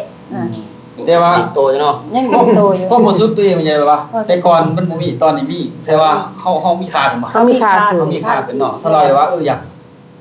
ในข้อมูลที่เฮามาศึกษานั้นระบบนะเขาก็เห็นความที่ว่าเฮาก้าวหน้าสิเขาก็อยากได้อยู่แล้วสินะอ่า คือข้าพเจ้าเนาะแต่ก่อนหั่นบ่เคยมีบริษัททักมาหาว่าให้ชวนไปเฮ็ดบริษัทนั้นบริษัทนี้หันนะ แต่พ่อได้เขามา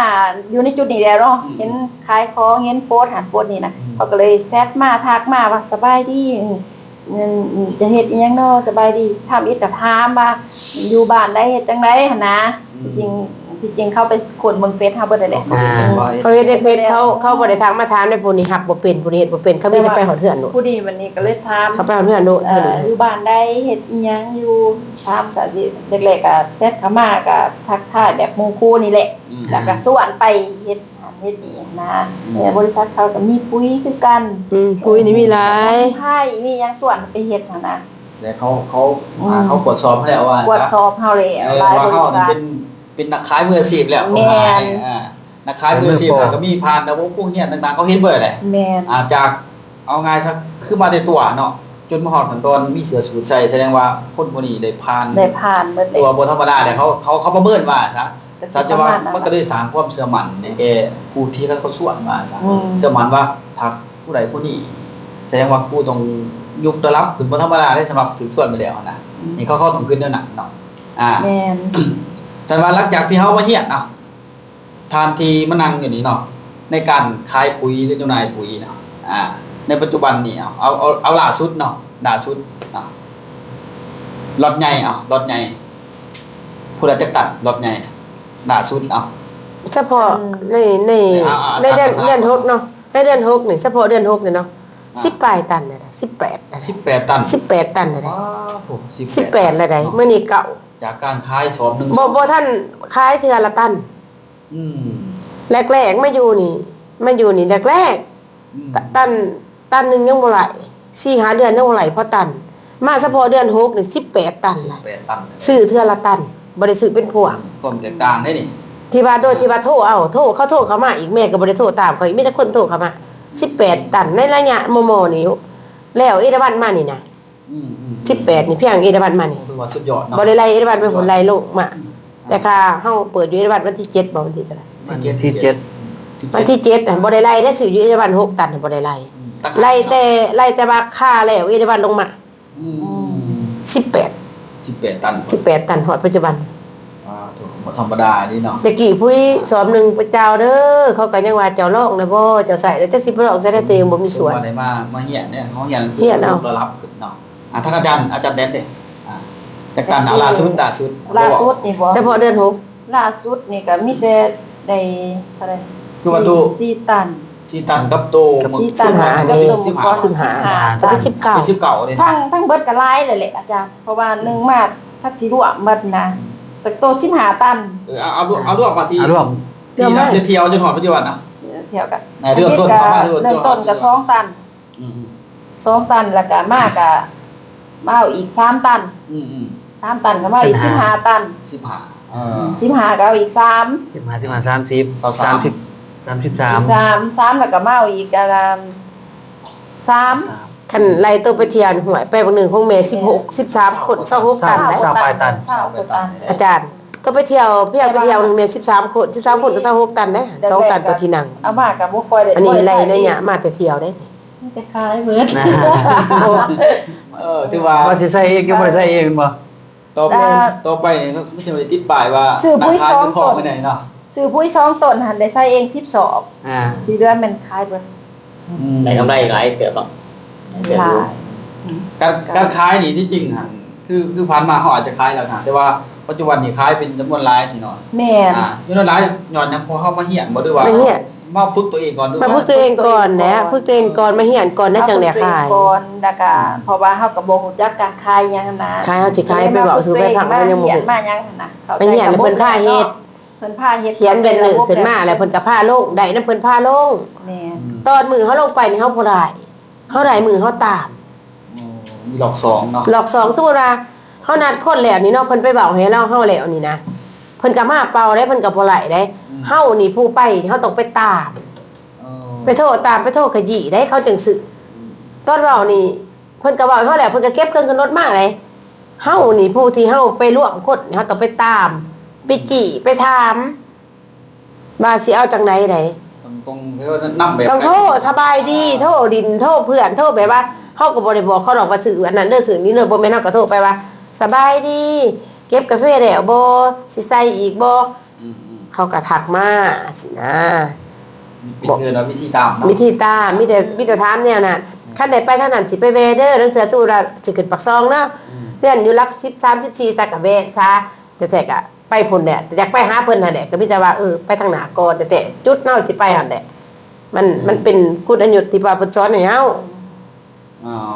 ก็คื เป็น อ จัง ว่า ซั่น แม่นก็คือว่าคนที่เขาเคยซื้อแล้วเขาต้องมาซื้อซ้ำ สับคันของเฮาบ่ดีเขาบ่ซื้อหรอกเพราะว่ามันดีจริงไปจัง สิ ซี่ ได้ขายหลายนี่ก็1มาเห็นเฮาใส่2มาแม่นมาซื้อแล้ว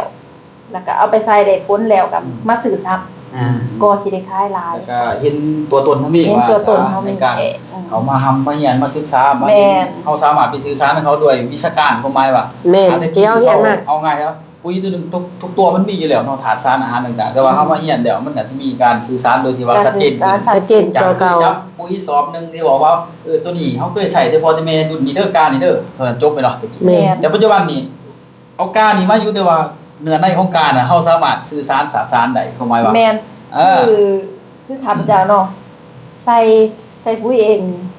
เขาก็บ่ทันฮู้ดอกว่าใส่ปุ๋ยตัวนี้มันดีจังใดแต่จะได้ก็บ่ฮู้คือกันน่ะเพราะว่าเฮาบ่ทันได้อันนี้นะมีแต่ของซื้อปุ๋ยไปเที่ยวซื้อเนาะแล้วก็บ่ทันได้ศึกษาเรื่องปุ๋ยหั้นนะบัดนี้ลองมาใส่แล้วมันงามกับเขามาศึกษากันจังฮู้ว่าปุ๋ยดีจังซั่นสิก็จังได้มาเรียน แล้วก็ได้เรียนฮู้เองแล้วก็เอาไปเว้าสู่หมู่ฟังแล้วก็ไปบรรยายเขาฟังหั่นนะหลังจากมามันก็ขายดิบขายดีแบบว่าเอาปูละต้น2ต้นจังซี่นะ อืม นี่กับเมื่อนี้ยังสิได้ส่งก็อีกอยู่3ตัวอีก คือตามที่กับอยากฟังเนาะหลักการขายมันขายได้อยู่2แบบหนึ่ง แม่น ขายตามนโยบายบริษัทขายปึ๊บคือหยังขายโปรท่องเที่ยว โบท่องเที่ยว ท่องเที่ยวก็ได้ขายได้2มาปุ๋ยดีอยู่แล้ว แม่น เดี๋ยวหลักการขายมันขายในน ขายได้ระบบขายได้น สิ่ง โย ที่ บา มัน ย ขายยับขายดีมันอยู่ในระบาย ขายในน ใน โย นโย บา บาย ย ของ นโยบายของบริษัทโดยตรงแม่น ยังไง เฮา เพ บ่ ราะ ได้ ว่า ไปหลอก บ ขาย ริษัทเพิ่นจะเฮ็ดให้เฮาแบบออกแบบให้เฮาแบบขาย ขายง่าย ง่าย ง่าย ขึ้น คือปัจจุบันนี่แหละคือบริษัทเนาะพลัสโกลาเพิ่นก็เพิ่นว่าสื่อสารเรื่องโซเชียลหลายอย่างว่าซะคือเมื่อก่อนก็เพิ่นได้ลงไป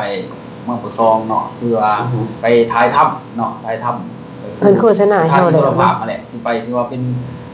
ขน กระ ม บอกเสียง แพง ของหนึ่ง เนาะรับแพงก็คือ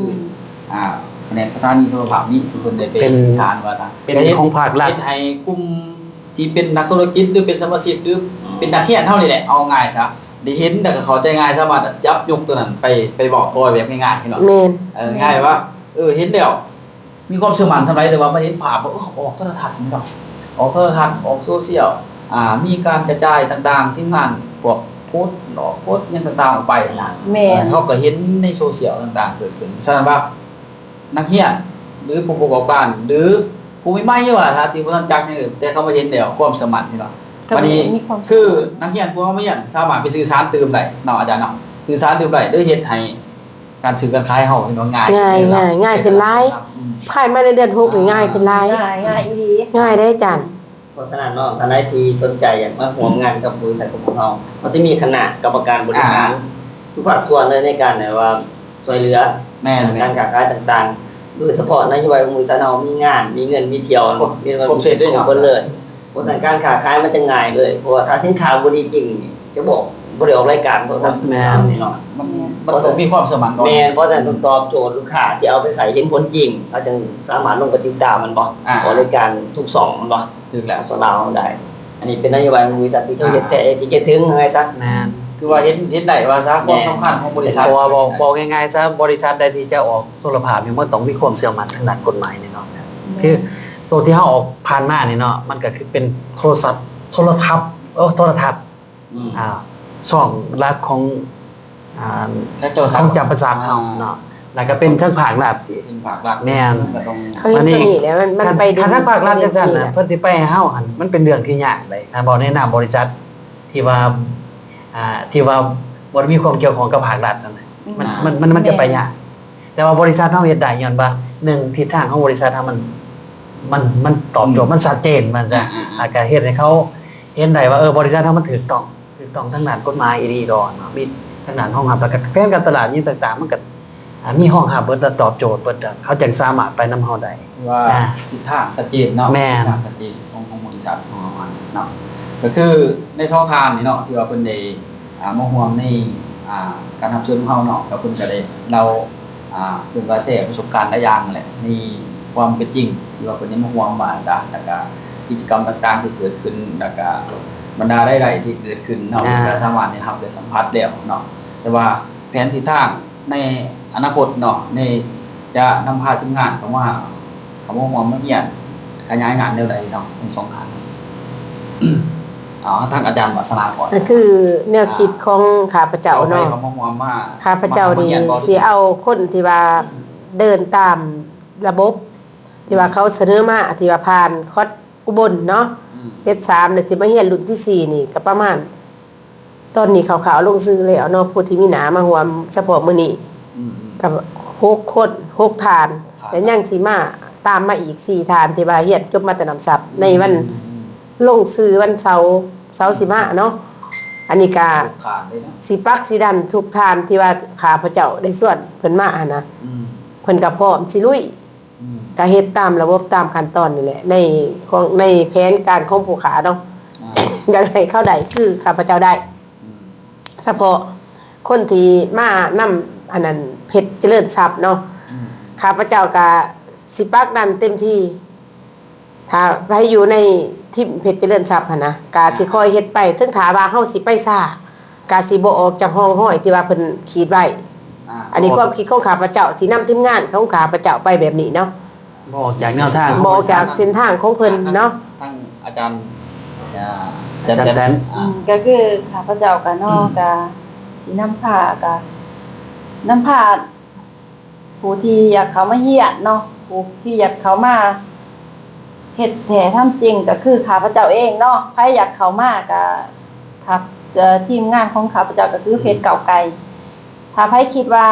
อยากเป็นคือข้าพเจ้าจะผลักดันให้ถึงที่สุดว่าซั่นซะแล้วก็จะช่วยให้มีรายได้ไว้ที่สุดว่าซั่นซะแล้วก็จะเฮ็ดนํกันกับข้าพเจ้าเอง ไปนำกันไปนำกัน ไปนํกันลุยนํกันว่าซั่นซะก็จะบ่ถิ่มบ่ปากันหั่นน่ะขอแต่ว่าอยากให้มีรายได้เอาไปใช้ก็ต้องได้ไปนำกัน ไปใช้ก็ไปนํกัน ว่าจะเป็นการไปเที่ยวไปหยังต่างๆ แม่นไปเที่ยวก็ให้ไปนํกันจะบ่ บ่ถิ่มไว้เบื้องหลังสู้ไปนํกันซ้ำที่เฮาสู้ได้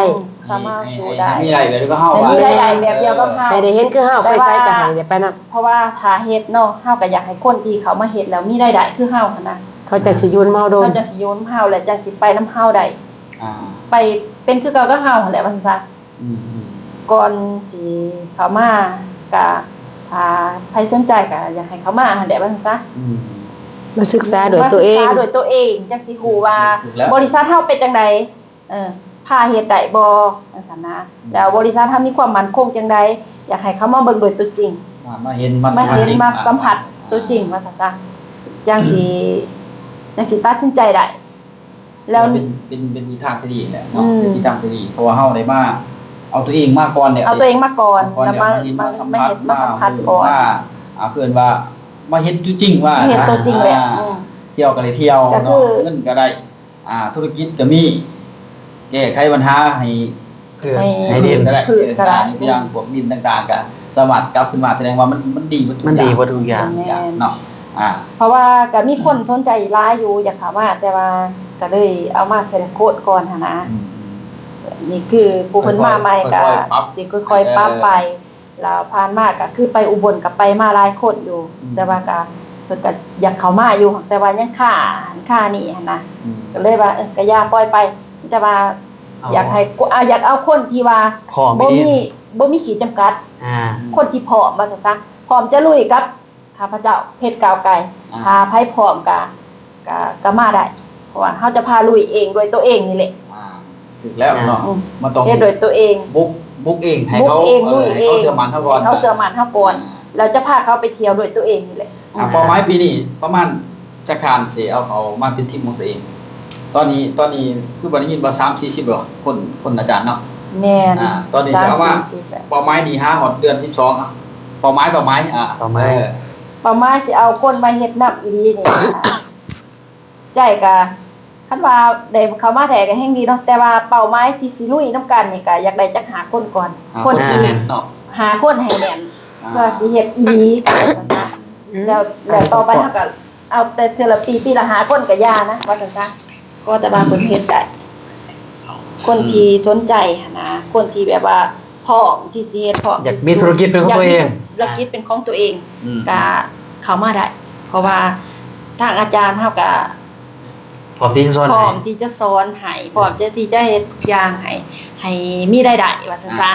อืม ก็ดีแล้วเนาะ อืม ที่ว่ามีทิศทางแนวทางที่ชัดเจนเนาะคือว่าเช่นอิหยังกันมันก็ต้องมีทิศทางแนวทางชัดเจนถ้าเฮามี แม่น ตัวนั้นเข้ามามันก็สามารถมีพลังหนึงที่เฮ็ดให้เฮามีเป้าหมายในการจะเดิน ในการจะขับเคลื่อนเนาะคันว่าเฮาบ่มีทิศทางแนวทางหรือเป้าหมายมันก็ความชัดเจนมันก็เป็นเพียงแต่เงาซื่อๆเนาะแต่ถ้ามีแล้วมันสิมีแบบว่าเห็นประจักษ์หน้าเด้อสามารถเข้าไปเกินว่าเป้าหมายที่ชัดเจนก็เป็นบุกทะลุเข้าไปเต็มที่จังซี่เนาะนี่ก็คือเรื่องเล่าวเนาะเรื่องเล่าวของทางสองทาน ก็คือ โอรบสุฟังว่า ข้าพระเจ้าเนาะ แต่ก่อนก็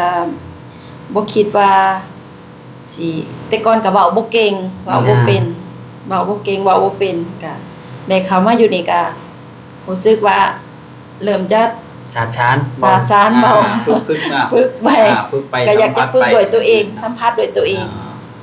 กับแม่นแหละ อืม เพราะว่าอยู่พัดโกนบ่หนึ่งมีเรียนรู้ทุกอย่างเลย แม่นอาจารย์เพราะว่าบางคนหันอยากเฮ็ดแต่ว่าบ่กล้าตัดสินใจ อยากเฮ็ดแต่บ่กล้าลองบ่กล้าเว้า ที่จริงเป็นจุดเสียของ เป็น ของประเทศลาวเฮาแล้ว แม่น ส่วนใหญ่ นั่นแหละ ความอยากสูงกว่า คนอยากสูงกว่าแต่ว่าบ่กล้า ความอยากสูงกว่าแต่ว่า บอกง่ายๆว่า เฮ็ดเลยว่า บอกง่ายๆว่าสิไปตลาดนี่น่ะสิซื้อเครื่องนี่ก็ยังได้สกิดกันจักสิอยู่ อืม บ่กล้าถามราคา บ่ได้บ่ได้เห็นน่ะงามถือแก่น่ะถามราคานี่ถามราคาเนี่ยเป็นแบบนั้นได้ ผู้ถามให้ ไอ้โมถามให้แท้ที่ว่าตัวเองอยากได้นั่นเป็นยังคือบ่เป็นถาม เอ นั่น อ น่ะ อยากให้คนอื่นถามเนาะ อยากให้ยังให้คนอื่นถามนั่นนี่คือขอเสียของบ้านเฮาเนาะที่จะต้องได้ถ้ามาแก้ไขตัวนี้ได้ก็ถือว่าบ้านเฮานี่บ้านเฮานี่สิดีบ้านสาธารณะ คื ธุ อ ร ลาย กิจ ดีขึ้นลายดีทางด้านธุรกิจเนาะ ก็ถือว่าในระบบของพาสโกเนาะหรือว่าอยู่ในการขับเคลื่อนถือว่าเป็นผู้นำหรือสิเป็นของบริษัทโดยตรงเนาะก็สามารถเคียงคู่กันไปได้ขอแต่ว่าเฮามีแนวทางทิศทางเนาะสันจะว่าในจุดนี้เนาะก็คืออยากให้ทางอาจารย์สันติลงอีกเทื่อนึงเนาะลงเพื่อว่าให้มีทิศทางอะไรเนาะทิศทางอะไรแก ทิศทาง คือเราผู้นำผู้เนาะผู้นำ นำเนาะ อาจจะเป็นผู้นำเนี่ยคือกรรมการทั้งวอหรือว่าผู้นำที่สามารถเข้ามาเบิ่งเดียวเนาะว่าในระบบของพาสโกนี่เนาะเพิ่นมีอะไรความแตกต่าง ผู้ที่ว่าสนใจที่จะเข้ามาเฮ็ดเรื่องของกับบริษัท แต่ว่า เรา ให้อาจารย์ต้องบอกแนะนำของพาสโกอีกทีนึงเนาะ ของมันก่อนแนวทางการเรียนแบบไปซะ แม่นแนวทางของอาจารย์เด้อเดี๋ยวน้ำผากของ เขามาแล้วเนี่ยแบบได้แบบใด แม่น ก็คือง่ายๆเนาะสำหรับคนที่คนใหม่เนาะเอาคนใหม่ซะ เอาคนใหม่เด้อ เอาคนใหม่ที่ตัดสินใจ เพื่อว่ามีผู้ใหม่เขามาดื้อมาเฮ็ดเดี๋ยว เน้นเอาได้สิเอาสำหรับนักเรียนใหม่ที่ไม่เรียนมื้อนี้ โอ ซะ เค แต่ถ้าเบิ่งเขาว่าเบิ่งคลิปนี่เนาะ คือแนวทางของบริษัทพัดโกเฮาบอกเลยว่าชัดเจนแน่นอนมีงานมีเงินไม่เที่ยว คือในกระบวนการที่เฮ็ดคู่มือเฮาเฮ็ดตามนโยบายของบริษัทเลยต้องมีงานก่อนแม่นเป็นโจทย์เลย เป็นโจทย์ ไอ้ต้องสนใจนะว่าเป็นโจทย์เลยของธุรกิจที่ต้องเดิน ทุกบริษัทนี่ถ้าออกจากนโยบายตัวนี้นะคือไปบ่รอด หามบอกจาก ไปตลอดเลย ออกจากล่างเนาะ แม่หนึงตรงนี้งาน มีเงินมีเที่ยวมีโน่นทุกอย่างมันอยู่ในระบบหมดเลยนะ ถ้าเอาลบนี่ไปใส่คือว่าเกิดเลย สามารถที่ได้ต่อไปได้เลยเกินนึงนี่เนาะทุกคนที่เข้ามาเนาะที่นักเรียนเอาเฉพาะนักเรียนซะเอาคนอื่นแล้วแต่มาบ่มาก็สร้างต่อบุกเกี่ยวกับเฮาเอาซะเอาคนที่ไม่เรียนนำเฮาเอาไว้ซะก็คือเข้ามาเนาะทุกคนไม่เรียนเริ่มจาก BTC เนาะวันเสาร์เนาะวันเสาร์ที่เราแก้กันไอ้คนเตรียมใจเลยหลังจากจบจากนั้นแล้วก็คือมาวางแผนร่วมกันขึ้นเป็นหนึ่งเลยขึ้นเป็นหนึ่งเพราะว่าเฮาสิได้ประสานงานทุกบ้านเลย ตัวเวนเนอร์นี่แสดงว่าเป็นตัดตารางงานเนาะ แม่นตารางเรียกงานเลยขึ้นตารางเรียกคนเจ้าของเลย เพราะว่าหยังคือคณะอาจารย์ทุกคนที่เข้ามาคณะกรรมการบ่เขาพร้อมที่จะช่วยทุกขั้นแน่นอนเลยสำหรับทนายที่เข้ามาตัดสินใจเฮ็ดฮู้เพราะว่าถ้าบ่ตัดสินใจมาเฮาสิซอยจังได๋ ถึงแล้ว แม่นเนาะ อยากบ่อยากฮู้แล้วว่าสินค้ามันดีเฮาได้ใส่บ่แต่ระบบต่างๆมันมีให้อยู่แล้วก็คือมาวางแผนร่วมกันเนาะให้ทุกท่านได้เรียนรู้ ระบบหาเงิน แม่นระบบในการหาเงินเลยบ่แม่นระบบในการแบบว่าตรงไปได้ล่าสมาชิกเฮาบ่แม่นอารมณ์ตัวท่านเองเรียนก่อนมาเรียนก่อนเป็นขั้นเป็นบันไดทางเอ็ดเลยตัดสินใจมาเรียนของในระบบต่างๆก็คือทั้งเฮานี่สิวางแผนแล้วก็ช่วยทุกท่านเองในการเปิดตลาดบ่ในลูกค้าบ่คื คือนี่คือบริษัทเอาไงซะ มีน้ำผ่านทุกการเฮ็ดพอเพียงแต่ท่านตัดสินใจมาเก่งตารางเบียดพร้อมกัน มีปฏิสัมพันธ์บอกกิจกรรมต่างๆก็มาหัวมาเลยถ้าเดินแบบนี้ท่านจะสำเร็จในธุรกิจเพราะมันแม่ขอบเขตไปแล้วว่าแม่มันมีแนวทางมีนโยบายเขาจะเดินตามนโยบายของบริษัทเท่านั้นเพราะแต่คนใดที่บ่เดินตามนโยบายของบริษัทต่างก็บ่ได้กับเป็นบริษัทอื่นหรอกแม่นเพราะว่าถึกแล้วถ้าบ่เดินตามนโยบายจริงๆมันก็บ่เกิดแน่นอนนะจ๊ะแม่น แต่บริษัทเพราะว่านโยบายเข้ามานโยบายที่จริงเพิ่นเขียนมาแล้วมันว่าผู้ใดผู้หนึ่งเขียนเนาะแม่นมันหนึ่งประธานเนาะประธานเขียนคือว่ามันสมองหนึงที่เพิ่นเขียนมาถ้าว่าออกจากแนวทางปั๊บแสดงว่ามันก็บ่เป็นบริษัทถ้าบ่เป็นบริษัทเดี๋ยวเฮาสิเอาตัวอย่างยืนบริการมีการเติบโตมาฉะนั้นว่ามันต้องอยู่ในขอบของเพิ่นเพราะว่าจะไป1 2 3ถึงตามแล้วปั๊บแสดงว่าโอเคท่านเติบโตตามหันไปคืออาจารย์ว่าเมื่อกี้แน่เนาะต้องมีการวางแผนกับต้องมีวิธีสัมพันธ์วางแผนน่ะเป็นทีมไปอยู่ป่าอยู่เฮือนซื่อๆแล้วก็วางแผนน่ะเด้อสิตัวได้สิมาตัวอย่างนี้ สิว่าแต่บ่เฮ็ดงานบริษัทดอกเฮ็ดหน้าก็เจ๊งปนคือการเฮ็ดมีแต่แผนบ่ลงมือเฮ็ดเฮ็ดสวนก็เจ๊งเลยเอาแบบว่ามื้อสิไปเชียร์หญ้าไปเชียร์หญ้าเพราะว่าบ่ไปเท่านี่สิเห็นบ่สิลงให้หน้ากันคนโตโอ้ยคนโตขอนอนก่อนสุดท้ายบ่เฮ็ดนะครับแดดดอกก็บ่แดดร้อนนี่แดดดอกแดดร้อนบ่ไปดอกโอ้ยเบิดปีแท้ต้องลงมือเฮ็ดพร้อมกันก็คือในคณะของคณาจารย์คณะบริหารเขาพร้อมจะนำพาบริษัทสู่ความสำเร็จอยู่แล้วคณะที่เป็นด้านคนบ่นั่นลูกค้าบ่ที่สนใจเรื่องปุ๋ยคือเขาพร้อมลงอยู่แล้วพร้อมปั่นพร้อมสร้างอยู่แล้วนะยิ่งเขามาเฮียนยิ่งเขามาเฮียนเขามาเข้าใจแต่ถ้าว่าตามแนวทางของข้าพเจ้าเองเนาะที่วางแผนแล้วก็เขียนเป็นโครงการขึ้นมาในการช่วยเหลือทีมงานถือแบบว่าเป็นแผนส่วนตัวในการเฮ็ดอยู่แล้วนะก็คือนึงนี่ท่านขึ้นเป็น1พร้อมกันเนาะก็คือตัวข้าพเจ้าเองลงทุกพื้นที่เลยแหละที่วางแผนหัวมันนะท่านจะได้ทั้งเงินแล้วก็ความก้าวหน้าแต่ท่านต้องมีอะไรล่ะความก้าวหน้าแล้วก็ทุกอย่างที่ในบริษัทใดท่านจะได้เรียกว่าวิธีการธุรกิจเนาะแม่วิธีการเนาะในการเกิดธุรกิจสามารถเบิ่งได้ตามแล้วเลยบ่มีคืออาจารย์มีโมเดลของอาจารย์ที่จะแม่มีโมเดลในการขับเคลื่อนอยู่แล้วเพราะว่าระบบบริษัทมันดีอยู่แหละเอาจริงๆขนาดเนาะระบบคันว่าสิคิดที่แบบธุรกิจดีๆนะมันก็บ่ได้ยากเนาะเพราะเพียงแต่ตัดสินใจเท่านั้นเนาะก็คือระบบของเฮานี่มันหัดกลุ่มมาอยู่แล้วเนาะบ่ว่าจะทานมีสวนอยู่แล้วเนาะทานก็ซื้อมาไปใส่ไปเนาะหลังจากนั้นท่านก็ยังเฮ็ดได้ก็คือซื้อไปแล้วรายใช้แล้วสวนทานงามแล้ววิธีการเฮ็ดง่ายๆคือถ่ายวิดีโอลงที่เขาเห็นจากบันแดกที่ว่าเฮาใส่มันเป็นจังซี่เนาะแล้วเฮาใส่ขึ้นมาในเดือนนึงระยะเวลาเท่านี้มันมีการเติบโตซั่นนี้นะจนหอดมันเป็นเม็ดออกมาผลตอบแทนมันได้ซั่นนี้เดือนจากเก่าแต่ปีก่อนที่เฮาบ่ได้ใส่มันเดือนกันแนวใดแน่มันเป็นตัวบวกกันดิแล้วก็ปีต่อไปคือท่านก็สามารถหาลูกค้าที่ว่าเป็นพี่น้องของเฮาเองก็ได้ที่ว่าเพื่อใส่ไปแล้วหลังจากนั้นเฮาก็ต่อยอดไปเรื่อยวันนี้กลับมาบริษัทนะครับว่าทานอย่าเครียดทานก็สามารถเข้ามาเฮียนได้มีระบบห้องรับให้แล้วก็มาก็มีทางอาจารย์เพิ่นจะสอนให้ตามระบบพาเฮ็ดเฮียนครบวงกลมที่ว่าเพิ่นเฮ็ดให้ถ้าคณะกรรมการก็บ่ต้องงงอีกเนาะแล้วก็ผู้มาพี่นึงต้องหาผู้นั้นผู้นึงต้องหาก็บ่ต้องงงอีกทานพี่เพียงแต่เฮ็ด2อย่างเท่านั้นเปิดเพิ่นก็เปิดให้นะจะมีแต่ตามซื่อตามแล้วก็จะนำพาเขามาสู่ระบบเขามาสู่ระบบแล้วให้เขาเป็นคือเฮาเป็นง่ายๆนึงถ้าคนที่เฮ็ดได้ถ้าคนที่เฮ็ดก็คือเป็นทิศทางเนาะทิศทางก็มีเพิ่นว่าแสกซ้อนเข้าหมู่ก็ไปวางเป็นของกันเพราะว่าเป้าหมายเฮานี่จะนำพาคนไปเที่ยวนี่4 5 บาทเนี่ย6ได้หรอเอา6ได้ติ6ได้ว่ะได้จ้ะได้6น่าจะได้จ้ะได้นี่ก็มีทิมตอนนี้ก็ยังใกล้นี่ครับเป้าหมายที่บอกว่าขั้นนึงเลยบัตรนึงเลยครับถือว่าเป็นเกิดว่าคาดว่าเนาะอาจารย์เนาะที่ว่าชัดเจนเนี่ยห้องเบาเนาะคาดว่าคันว่าเฮาได้6นี่ก็ถือบ่กระโดดขันได้ว่าสิเอาหา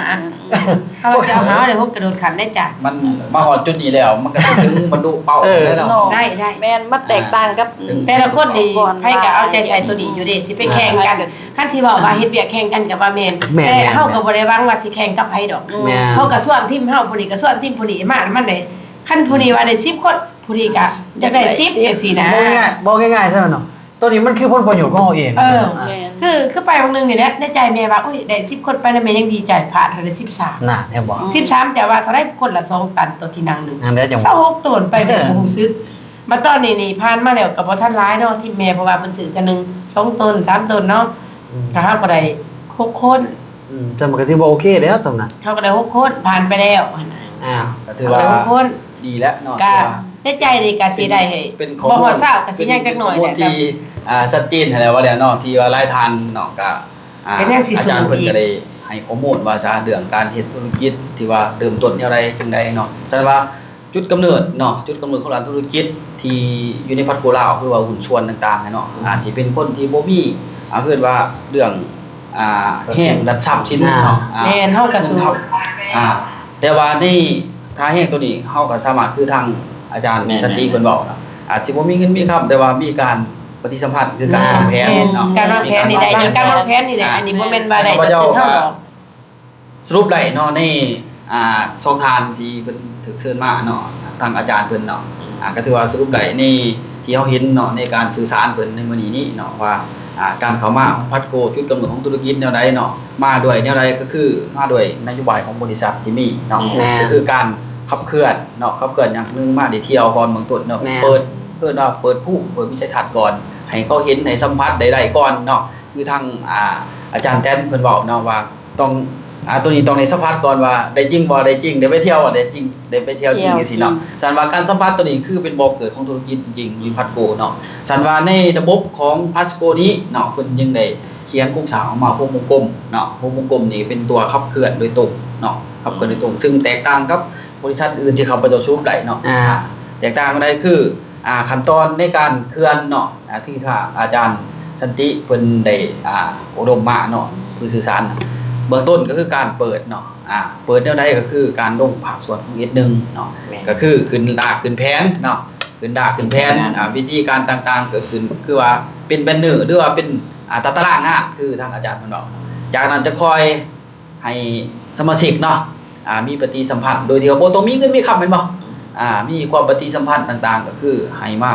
ร่วมในกิจกรรมนั้นๆแล้วลงเวียกตามแผนงานตามปกติหลังจากนั้นก็ทั้งคณาจารย์เนาะอาจารย์เนาะคณาจารย์ลงไปซอยบ่ต่างๆไปเป็นย้ายให้ความรู้ต่างๆเกิดขึ้น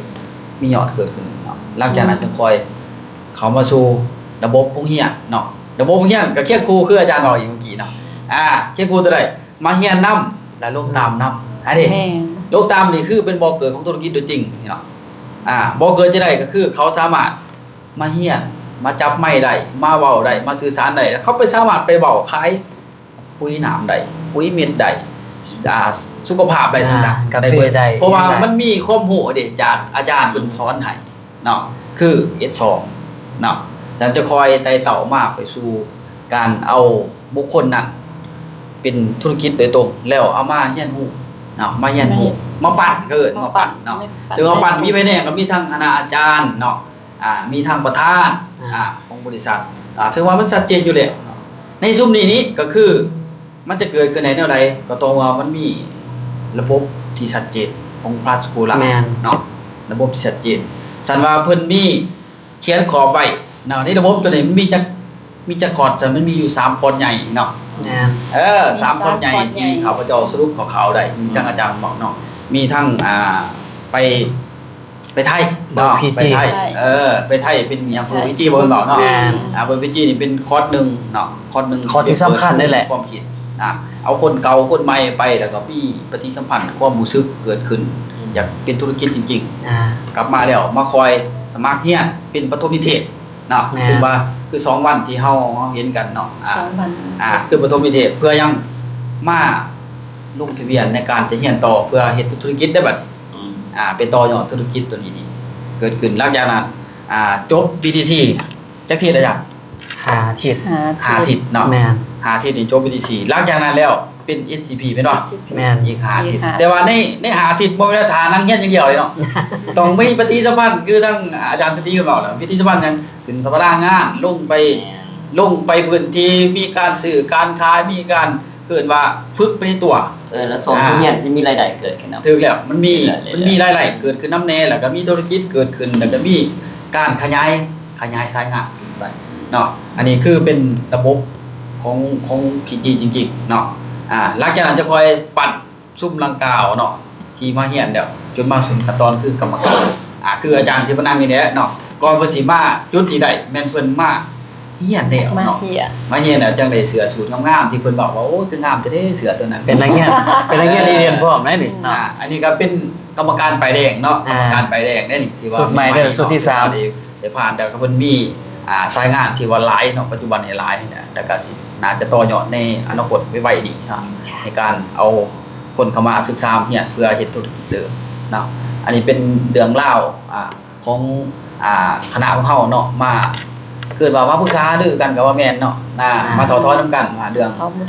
บทเรียนแนวใดคนใช้จังไดวิธีการจังไดเนาะในบทเรียนซุมนี้นี่เป็นตัวบ่งบอกถึงเฮ็ดธุรกิจในอนาคตแน่นอนเนาะผู้ใดที่เขามาเบิ่งมาชมในของช่องของเฮาเนาะหรือช่องของเฮาหรือรายการของเฮานี่ถ้าว่าตัวใดมีความรู้ก็สามารถเข้ามาแล้วก็ประยุกต์ไปนำใช้ในตัวจริงเนาะในตัวจริงเพราะว่าทุกคนล้วนแล้วแต่มีวุฒิภาวะเบิดเนาะฉันว่าก่อนจะ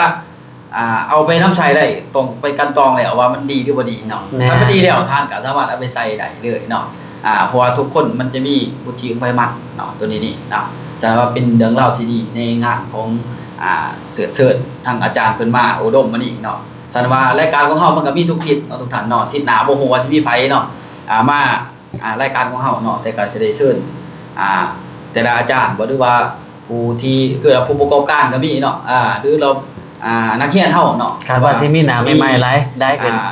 เขามาความกิจกรรมเฮาเนาะเพื่อมาแลกเปลี่ยนนำกันเนาะแลกเปลี่ยนนำกันเนาะแล้วก็ให้ทีมงานของเฮาเขามาเบิ่งแล้วก็สามารถต่อยอดได้ในหลักธุรกิจก็เป็นไปได้ในอนาคตเนาะอันนี้เป็นเรื่องราวที่ดีเนาะสุดท้ายมียังฝากทางทานผู้ชมเพิ่นบ่หรือผู้เขามาเนาะสามารถฝากเพิ่นได้เอาแต่ละ ในบาทเด้อ สุดท้ายนี่เนาะฟังพิมพ์เพชรเจริญทรัพย์นี่เขาผากที่ว่าเพิ่นผู้ใดอยากเข้ามารวมในธุรกิจนี้เนาะเข้ามาได้เด้อไม่ว่าจะซอยเต็มที่ที่ว่า เพชรเด้ พิมพ์เพชรเจริญทรัพย์เนาะก็จะปักกันเต็มที่เนาะไปนํกันไปถึงบางนํกันแม่ผู้ใดที่ว่าสนใจอยากเข้ามาเนาะติดต่อหาได้เด้อเบอร์ทางโทรศัพท์03095747789โทรมาติดตามได้เนาะโทรมาหาได้ ชื่อเฟซดิ ชื่อเพชร ชื่อจัง วาสนาโพธิราช ชื่อเฟซสมัครต่อ เขา ติดต่อยังเพิ่นทางไหนได้เด้อเนาะมีเฟซมีเบอร์โทรเนาะสามารถติดต่อเพิ่นทางไหนเด้อเนาะทางอาจารย์เนาะ ก็ข้าพเจ้าก็อยากฝากเนาะฝากถ้าใครอยากจะเข้ามาทำธุรกิจเนาะกับข้าพเจ้าจะผลักดันให้ถึงที่สุดแล้วก็จะนำพาเฮ็ดให้ถึงที่สุดว่าซั่นซะจะบ่ให้เป็นคือคำเว้าแต่จะพาเฮ็ดโดยตัวจริงแล้วก็จะพามาศึกษาแต่ว่าถ้าใครสนใจก็ติดต่อมาหาข้าพเจ้าได้เนาะเพจเก่าไก่02098392845 02098392845อันนี้คือขอฝากเนาะ เฟซเด้มีบ่เฟซ เฟซของข้าพเจ้าคือแตนแก้วอันตา ตัวลาวตัวไทย โตลาวภาษาลาวแตนแก้วอันตาสามารถเข้ามาหาได้ เนาะเพื่อจะให้มีคำปรึกษาด้วยว่าอยากจะธุรกิจร่วมก็สามารถเขามาคือว่าทักทายสบายดีกันแล้วก็ถามไทยเรื่องธุรกิจได้เนาะทั้งอาจารย์วิว สำหรับเขาเจ้าเองเนาะท่านใดที่ว่าสนใจเกี่ยวกับระบบธุรกิจของเฮาเนาะก็สามารถเข้ามาครับเจ้าเองเนาะว่าสิเป็นอยู่สำนักงานหรือว่าอยู่บอนที่เฮาพักก็ได้เนาะหรือว่าจะโทรหากับเจ้าเองก็ได้นะที่เบอร์โทร02096734772แล้วก็Facebook ก็คือ View NTS ภาษาอังกฤษเป็น Facebook เนาะมีเฟซบ่มีเฟซเรื่องธุรกิจแล้วก็มีเพจนะมีเพจคายกาแฟของเฮาก็คือโศกไซทวีศัพท์ โศกไซทวีศัพท์ แม่นคายกาแฟไบเอ็มแล้วก็มีเพจขายปุ๋ยของเฮาเนาะก็คือตัวแทนจำหน่ายปุ๋ยเก่าเกษตรนา อา นา จารย์นี่ขายบ่คนเดียวเลยนะ ขายทุกอย่างเฉพาะบริษัทเราเฮ็ดทุกอย่างมีหลายช่องทางให้ติดตาม ตั้งแล้วว่าเพจตัวนี้จ้ะ นักสิตั้งนี้อยู่ติดตั้งหมดผู้อย่างเล ต่าง ย เป็นเนาะทั้งเฮาต่างบ่เป็นสิคะมีแต่แคปเอามาลง มันเป็นช่องทางของเฮาเนาะสามารถเอาเพจที่เฮาลงเอาไปแซ่ๆกันต่อได้ มันจะไปแคปเอามานี่แหละ มันจะขายง่าย นั่นจ้ะอันนี้มันจะไปหาแคปมาแล้วก็สิส่งต่อนี่แหละ บ่อัน เอาเลย นี้ย่อย เนาะอนาคตเราสิเปิดเพจ โอ้ตอนนี้ร่วมกันเพื่ออะไร เนาะอันนี้ก็เป็นตัวว่า จบมาเยอะมากเลย สามารถเข้ามาคือว่าทักทายเนาะหรือว่าอยากปรึกษาเรื่องชีวิตเนาะแต่ละฝ่ายเนาะเพิ่นมีเบิดเนาะสิเป็นตัวสินค้าสุขภาพหรือว่าเรื่องตัวปุ๋ยมันก็มีเนาะทางอาจารย์สันติเนาะ แล้วก็จะถ้าในสนใจเนาะอยากขายติดต่อเลย3ท่านนี่เนาะติดต่อกันเลยตามเบอร์โทรตามเป็นบอกเลย ถ้าขายวัตถุอย่าง แม่นขายทุกอย่างเลยเนาะ ยังมีในบริษัท ที่มีจะฝากเนาะฝากถึงนักเรียนเนาะที่จะไปเรียน BTC เนาะให้พร้อมใจกันเนาะก็คือยังไง BTC นี่เขาจะลงแพร่เนาะ แม่ ลงแพร่พร้อมกับว่ามือแรกเนี่ยเขาจะได้ฟังเกี่ยวกับเรื่องปุ๋ยเก่าเกษตรนาโนเพราะทางโรงงานขึ้นมาเองครับเป็นข้อมูลเป็นวิชาการเนาะให้ติดต่อเนาะทีมงานถึงกับเพจใดติดต่อเลยให้มาเรียนหูมาฟังเกี่ยวกับเรื่องปุ๋ยมางานปาร์ตี้ต่างๆมุมของงานน่ะก็มันเป็นคอร์ส BTC เลยฝากให้เนาะให้ทุกคนเอาใจใส่เพราะว่าหลังจากนั้นเราจะมาวางแผนกันในการเดินเบียดเดินการต่างๆเนาะถ้าเขายังเห็นก็พร้อมเนาะพร้อมที่จะสนับสนุนแล้วก็ช่วยเหลือทุกท่านแน่นอนเนาะสำหรับคนที่จริงจังจะสำเร็จ เนาะตอนนี้ก็คือทางอาจารย์เนาะทางสีทานเพิ่นเนาะเพิ่นก็ตัวแลกเปลี่ยนความคิดความเห็นกันเนาะตัวใดมีข้อมูลทุกท่านเข้ามาเห็นแล้วเนาะหรือว่าอยากเข้ามาร่วมทีมงานเพิ่นเนาะก็สามารถทักทายตามเบอร์ที่เพิ่นบอกเนาะมีเพจมีได้มีเบอร์ต่างๆเพิ่นก็ส่งออกมาแล้วเนาะมีแต่ว่าเฮาก็สามารถเข้าไปทักทายเพิ่นเนาะก็ สิให้สบายดีนะ ถอดถอนวิญญาณกันได้เนาะหรือว่าอยากมาเจอกันอยู่ที่สำนักงานสาขาก็มีอะไรเนาะที่แพนชิปมอหลัก2นี่เนาะบ้านแก้วสัมพันธ์นครปักสีนี่เนาะเทิงเป็นสำนักงานเฮาเนาะเทิงเป็นห้องสตูของเฮาเนาะแล้วก็เป็นช่องของเฮานี่เป็นจุดนี่แหละที่จะถ่ายทำเนาะสามารถเข้ามาปรึกษาหารือได้ด้วยตัวของท่านเองก็ได้มาเห็นด้วยตัวเฮาเองก็ให้เป็นการดีเนาะเพราะว่าเฮาก็สิมีคำปรึกษาหรือว่าคำแนะนำต่างๆให้ทุกท่านที่เห็นในร้านธุรกิจจริงๆเนาะและทิศทางจริงๆนโยบายจริงๆเนาะสุดท้ายก็สำหรับข้าพเจ้าเนาะในนามต่างหน้ารายการเนาะในนามต่างหน้ารายการอยากฝากเนาะเรื่องราวต่างๆที่ได้รับฟังมื้อนี้เนาะผู้ใดที่เขามาฟังมารับชมแล้วเนาะอยากไปต่อยอดเนาะคือว่าอยากต่อยอดทางธุรกิจบ่หรือว่าอยากมาปรึกษาเรื่องต่างๆก็สามารถมาหาทางข้าพเจ้าโดยตรงได้เช่นเดียวกันเนาะบ่ว่าแต่ทางอาจารย์เพิ่นเนาะข้าพเจ้าก็ฮับคือกันเนาะแต่ว่าเขามาปรึกษาหรืออะไรตามปกติคือกันเนาะทุกเสาร์อาทิตย์เนาะเพราะว่าวันกลางเนาะเฮาก็เจ้าบ่ได้สู่อยู่นั่งอยู่สำนักงานว่าส่วนใหญ่ออกเวียกนอกเนาะก็มีแต่สำหรับวันนี้เนาะรายการของเฮาก็ถือว่ามาถ่ายแล้วเนาะก็มีแต่ว่าขอบอกขอบใจเนาะทางอาจารย์ทั้ง4ท่านเนาะที่ข้าพเจ้าได้เชิญเพิ่นมาวันนี้เพื่อให้ความรู้ความคิดความเห็นเนาะแล้วก็ข้าพเจ้าในนามต่างหน้าของรายการเนาะก็พร้อมด้วยทั้งอาจารย์สีทานเนาะขอกล่าวคำว่าสบายดี